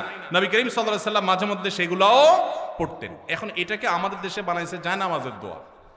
ভাই, নবীজির সময় কি জায়নামাজ ছিল? দোয়া আসলো কোত্থেকে? জায়নামাজই তো ছিল না, দোয়া আসলো কোত্থেকে? তো জায়নামাজে দাঁড়ানোর কোনো দোয়া নাই। দোয়া আছে কিসের ভাই? নামাজ শুরুর। ইন্নী ওয়াজ্জাহতু হলো নামাজ শুরুর দোয়া, ওইটা লাগাইছে নিয়ে কোথায়? জায়নামাজে। জায়নামাজ দাঁড়াবো, আলাদা কোনো দোয়া নেই। আর নাওয়াইতুন যে দোয়া, ওইটা তো আসলে কোনো জাল হাদিসেও নেই, কোনো জাল হাদিসেও নাই। আলহামদুলিল্লাহ, এটা এখন মানুষ বুঝে গেছে। মনে মনে আমরা নিয়ত করছি, কোন নামাজে পড়ছি, নামাজের নিয়তে তাইয়িন করছি, আমি জোহর পড়তেছি, ফরজ না সুন্নত পড়তেছি, এটা আমার মাথায় আছে। এই নিয়তের ইস্তেহজার, এটাই যথেষ্ট। মুখে নাওয়াইতুন উচ্চারণ করা এটা জরুরি না, বরং এটাকে কেউ নামাজের পাঠ মনে করে বেদাতে লিপ্ত হওয়ার আশঙ্কা আছে। একসময় মানুষ অনেকে বলতো নামাজের এখনো মুখস্থ হয় না, এই জন্য নামাজ পড়ে না, এর কারণে সে গুনাহগার হবে। শুধু মহিলাদের জন্য আলাদা মসজিদ করার সহি দলিল কি? সহি তো দূরের কথা, জাল দলিলও তো নাই, জাল দলিলও নাই। মাস দুই আগে আমি জার্মানিতে গেছিলাম, ইউরোপের। তো জার্মানিতে বার্লিনে একটা মসজিদ আছে, ইমামও মহিলা। ইমাম কি? মহিলা। ভাইরা আমার, মেয়েদের জন্য মসজিদে না এসে বাসায় 5 ওয়াক্ত নামাজ পড়া উত্তম, এ ব্যাপারে কোনো দ্বিমত আমাদের মধ্যে নেই। ওয়া বুয়ুতুহুন্না খায়রুল লাহুন্না, তবে হাদিসের আগের অংশ আছে। আল্লাহ নবী সাল্লাল্লাহু আলাইহি সাল্লাম বলেছেন, লা তামনাউ মা আল্লাহি মাসাজিদ আল্লাহ, আল্লাহর বান্দিরা মসজিদে আসলে বাধা দিও না, কিন্তু তাদের জন্য মসজিদে আসার চাইতে বাসায় নামাজ পড়া বেশি উত্তম। তার নবীজি চাইতেন তারা যেন বাসায় পড়ে। মসজিদে দিনই কোনো প্রোগ্রাম, কোনো বিশেষ কারণে যদি আসে, দিনই এলেম অর্জন করার জন্য আসে, তাহলে ফিতনামুক্ত সেই পরিবেশ থাকলে আসবে, আর না হলে সেটাও বাসা বা অন্য অঙ্গনে হবে। আর পাবলিক প্লেসে যে মসজিদগুলো, শহরের মসজিদগুলো, মহিলারা বাজারে ডাক্তার দেখাইতে বিভিন্ন কারণে আসে, সেগুলো তো অবশ্যই মেয়েদের নামাজের ব্যবস্থা থাকা দরকার। কিন্তু মেয়েদের জন্য মসজিদে এসে 5 ওয়াক্ত নামাজের জামাতে হাজির হওয়ার চাইতে বাসায় নামাজ পড়া অধিকতর উত্তম। মদিনায় এক মহিলা নবী সাল্লাল্লাহু আলাইহি ওয়াসাল্লামের পেছনে এসে নামাজ পড়ার জন্য মসজিদে নামাজ 1 রাকাতে 1000 রাকাতে সওয়াব, নবীজিকে যখন বলেছেন, নবীজি বলেছেন তুমি তোমার বাসায় পড়লে বেশি সওয়াব হবে, কেন কষ্ট করে আসো, এখানে 1000 পালে ওখানে আরো বেশি পাবে। কিন্তু আমাদের বন্ধুরা অনেকে আবেগে নিজেকে সামলাইতে পারেন না, আল্লাহ আমাদের বোঝার তৌফিক দান করুন।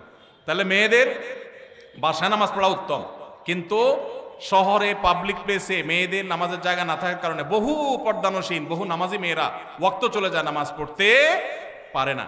ডক্টর খন্দকার আব্দুল্লাহ জাহাঙ্গীরউল্লাহ বলতেন, আমাদের মা বোনরা বাসায় অবস্থান করবে, প্রয়োজনে বের হবে, এটাই শরিয়ার নির্দেশ। কিন্তু আমাদের মা বোনরা যে কোনো কারণে বাইর হয়ে গেছে, এখন যদি বলেন যে নামাজ পড়তে দিব না, বাসায় যাওয়া ছাড়া পড়বে না, তাহলে কাজা হবে, তাহলে সেটা তো তার জন্য ক্ষতিকর হল। এই জন্য ব্যালেন্স আমাদেরকে শিখতে হবে। তো মহিলাদের জন্য আলাদা মসজিদ করার, পৃথক মসজিদ করার কোনো নজির শরিয়াতে নাই, কোনো আলেমের কোনো মত এর সপক্ষে নাই। এটা সারাসর ফিতনা, যদি কেউ করে না জায়েজ হবে। মসজিদের ভিতরে প্রথম কাতারের সামনে দেয়ালের ওই পাশে লাশ রেখে সালাত আদায়ের দলিল চাই। বাবারে সব দলিল চাচ্ছে দেখি। দেখেন, মসজিদে যখন জানাজার নামাজ হবে তখন লাশ মসজিদে ঢুকাবে না, কেন? কারণ লাশে রক্ত, পুজ, পানি ইত্যাদি থাকতে পারে, মসজিদ নাপাক হবে। সেজন্য মসজিদকে পরিচ্ছন্ন রাখার প্রয়োজনে লাশটাকে পশ্চিম পাশে রেখে তারপর জানাজা পড়া হয়। কিন্তু এইটা সুন্নাহ না। সুন্নাহ কোনটা?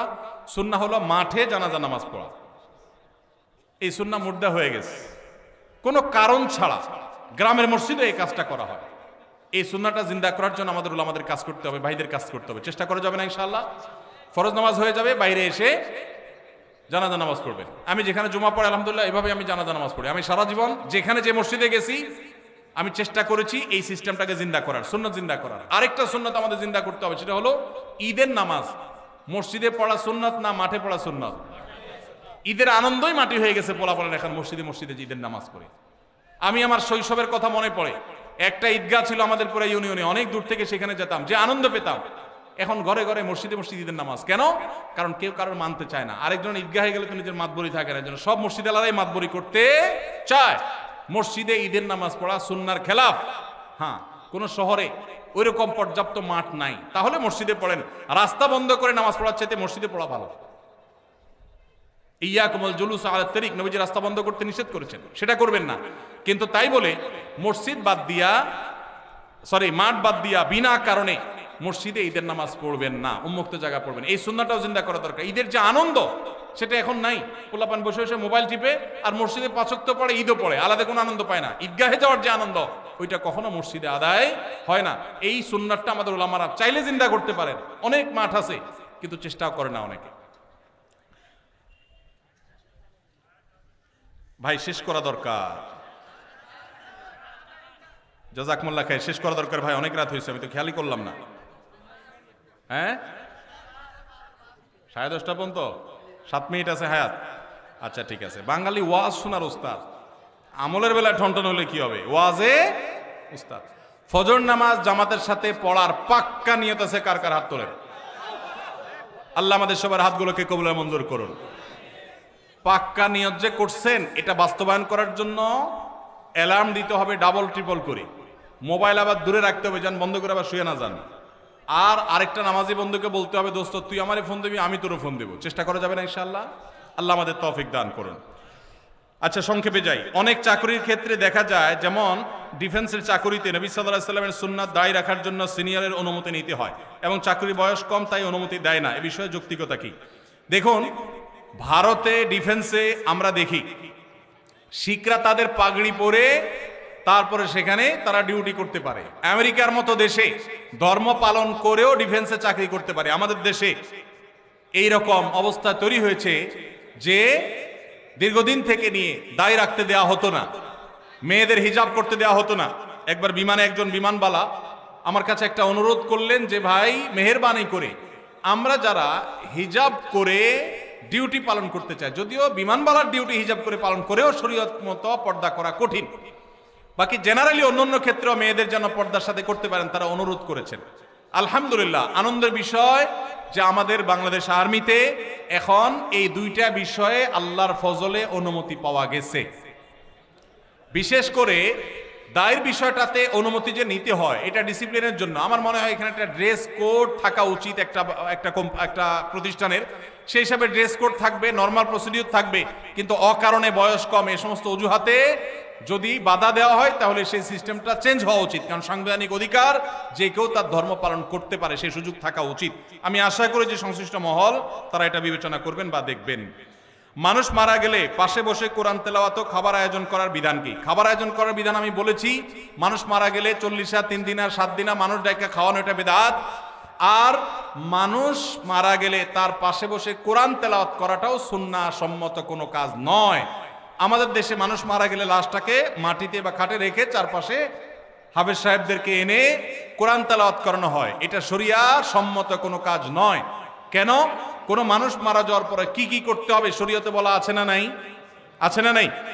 মুর্দার লাশের চারপাশে বসে কোরআন তেলাওয়াত করতে হবে এরকম কোন হাদিস তো আমি পাই নাই। এটা কোত্থেকে আসলো? কোরআন তেলাওয়াত যে করবে তার লাভ হবে। আল্লাহ কোরআনে বারবার বলেছেন, ওয়াল্লাইসাল ইনসানি ইল্লা মা সাআ, যে যেটা করবে সে সেটা পাবে। যিনি তেলাওয়াত করছে তার সওয়াব হবে। মুর্দার কোনো লাভ নাই এখানে তেলাওয়াত করলে। আর যদি বলেন যে কোরআন শোনাচ্ছি, তাহলে ওয়ামা আনতা বিমুসমিউম মান ফিল কুবুর, আপনি তেলাওয়াত শোনাবেন জীবিত মানুষকে, মৃত মানুষকে তেলাওয়াত শুনিয়ে কোনো ফায়দা হবে না। এর সওয়াব হবে জীবিত অবস্থায় শুনলে। এই লোকটা জীবিত অবস্থায় শুনলে সওয়াব পাইতো, মারা গেছে এখন তার সামনে কোরআন তেলাওয়াত করলে প্রতি অক্ষরে নস নেকি এমন কোনো কথা নাই। এজন্য এইটা দূর হওয়া দরকার। বিশেষ করে এখানে যারা মুর্দার চারপাশে এই যে গোল হয়ে কোরআন তেলাওয়াত করে, এরা সবাই টাকা নেয়। তেলাওয়াতের বিনিময়ে টাকা গ্রহণ করা সারাসার হারাম। যে দেয় সেও হারাম করে, যে নেয় সেও হারাম করে। খতমের নাম দিয়া অনেক এলাকাতে এখনো অনেকে হারাম কাজ করছেন, তাদের আল্লাহকে ভয় করা উচিত। এখানকার জনপূর্ণ স্থান অধিকাংশ সময় আমাদের কিছু সংখ্যক বোনদের অশালীন পোশাকের উচ্ছৃঙ্খল অবস্থা, অবাধ মেলামেশা, আবার অনেক সময় সিগারেট হাতে দেখা যায়। এই অবস্থায় তাদের পরিত্রাণ এবং করণীয় ও অভিভাবকদের দায়িত্ব কি হতে পারে? আমার জন্য, আমার বোনদের জন্য দোয়া করবেন, আল্লাহ যেন আপনার নেক হায়াত দান করেন। ভাইরা আমার, এই যুবকের প্রশ্ন বড় প্রাসঙ্গিক প্রশ্ন। আমাদের বোনদের মধ্যে বেহায়ার পরিমাণ বাড়ছে না কমছে? বাড়ছে। এই বেহায়া দূর করার জন্য আমাদের দাওয়াতি কাজ বাড়াতে হবে, বোঝাতে হবে। পশ্চিমের মেয়েরা স্বাধীনতার নাম দিয়ে তাদের পোশাক সংক্ষেপ করা হয়েছে, দলে দলে তারা ইসলামে ফিরে আসছে। তারা বুঝতে পেরেছে এটা স্বাধীনতা নয়, এটা হলো নিজের সম্ভ্রম, নিজের ইজ্জত, নিজের সম্মানকে জলাঞ্জলি দেওয়া, কোরবানি করা। এই জন্য পশ্চিমের মেয়েরা দলে দলে ইসলামে আসছে। পুরান পাগলের যখন ভাত পায় না, নতুন পাগলের আমদানি হয়। আমাদের দেশে অনেকে এসে পশ্চিমাদের এই কালচারের অনুসরণ করে তারা যে নিজেদের ধ্বংস ডেকে আনছে, তারা নিজেদের শান্তির পথ থেকে তাদেরকে সরিয়ে দিচ্ছে। এই জন্য তাদেরকে বোঝাতে হবে, এর ভয়ঙ্কর ক্ষতি বোঝাতে হবে। কেন শরিয়া একজন নারীকে যথাযথ পর্দা মেনটেন করতে বলেছেন? এটা তার সেফটির জন্য, তার নিরাপত্তার জন্য, এটা তার সম্ভ্রমের ব্যাপার। যালিকা আদনা আন ইউরাফনা, আল্লাহ বলেছেন পর্দার বিধান এই জন্য দেওয়া হয়েছে যে এর মাধ্যমে বোঝা যাবে কে বাজারি মেয়ে আর কে সম্ভ্রান্ত মুসলিম নারী। আল্লাহ আমাদের বোনদেরকে হেদায়েত দান করুন। আমার স্বামী আজ থেকে 3 বছর আগে আমার নিজের বোনকে বিয়ে করেছে। এখন আমি কি আমার স্বামীর সাথে হালাল সম্পর্কে আছি? আমি কি তার সাথে থাকতে পারবো? তাদেরও একটি ছেলে আছে। ইন্না লিল্লাহি ওয়া ইন্না ইলাইহি রাজিউন। এই ধরনের জাহালত এখনো আছে। কোন পুরুষ কোন নারীকে বিয়ে করলে ওই নারী তার বিবাহে থাকা অবস্থায় ওই নারীর বোনকে বিবাহ করা বাতিল। এই বিয়ে নয়, এটা জিনা। অতএব এই বোনের কর্তব্য হলো এই পুরুষ থেকে বিচ্ছিন্ন হয়ে যাওয়া এবং তওবায়ে নাসুহা করা। ভয়ঙ্কর জিনায় তারা লিপ্ত হয়েছেন, কারণ এক বোন থাকা অবস্থায় আরেক বোন এর সাথে বিয়ে হতে পারে না। এত জাহালত, এত মূর্খতা এখনো সমাজে আছে, ভাবতে কষ্ট লাগে। এই প্রশ্নটা আসছিল যখন সাইফুল্লাহ ভাই পড়ে আমাকে বলছিলেন যে আমার চোখের পানি এসে গেছে শুনে। মানুষ এত জাহালাতের মধ্যে এখনো ডুবে আছে, আমরা কি দিনের দাওয়াতের কাজ করছি? ভাইরা আমার, একসাথে 2 বোনকে বিয়ে করা জায়েজ আছে? কোন বোন যদি কারোর বিবাহে থাকে তাহলে ওই বোনের বোনকে বিবাহ করা হারাম। ওই অবস্থায় বিচ্ছেদ হয়ে গেলে, তালাক হয়ে গেলে বা মারা গেলে তারপরে শালিকাকে বিয়ে করলে সেটা জায়েজ হতে পারে, তার আগে জায়েজ নেই, অতএব বিচ্ছিন্ন হতে হবে। এখন আপনি বলতে পারেন তাহলে আমি এখন কি করব? আল্লাহর উপর তাওয়াক্কুল করবেন, আল্লাহ তো রিজিকের মালিক।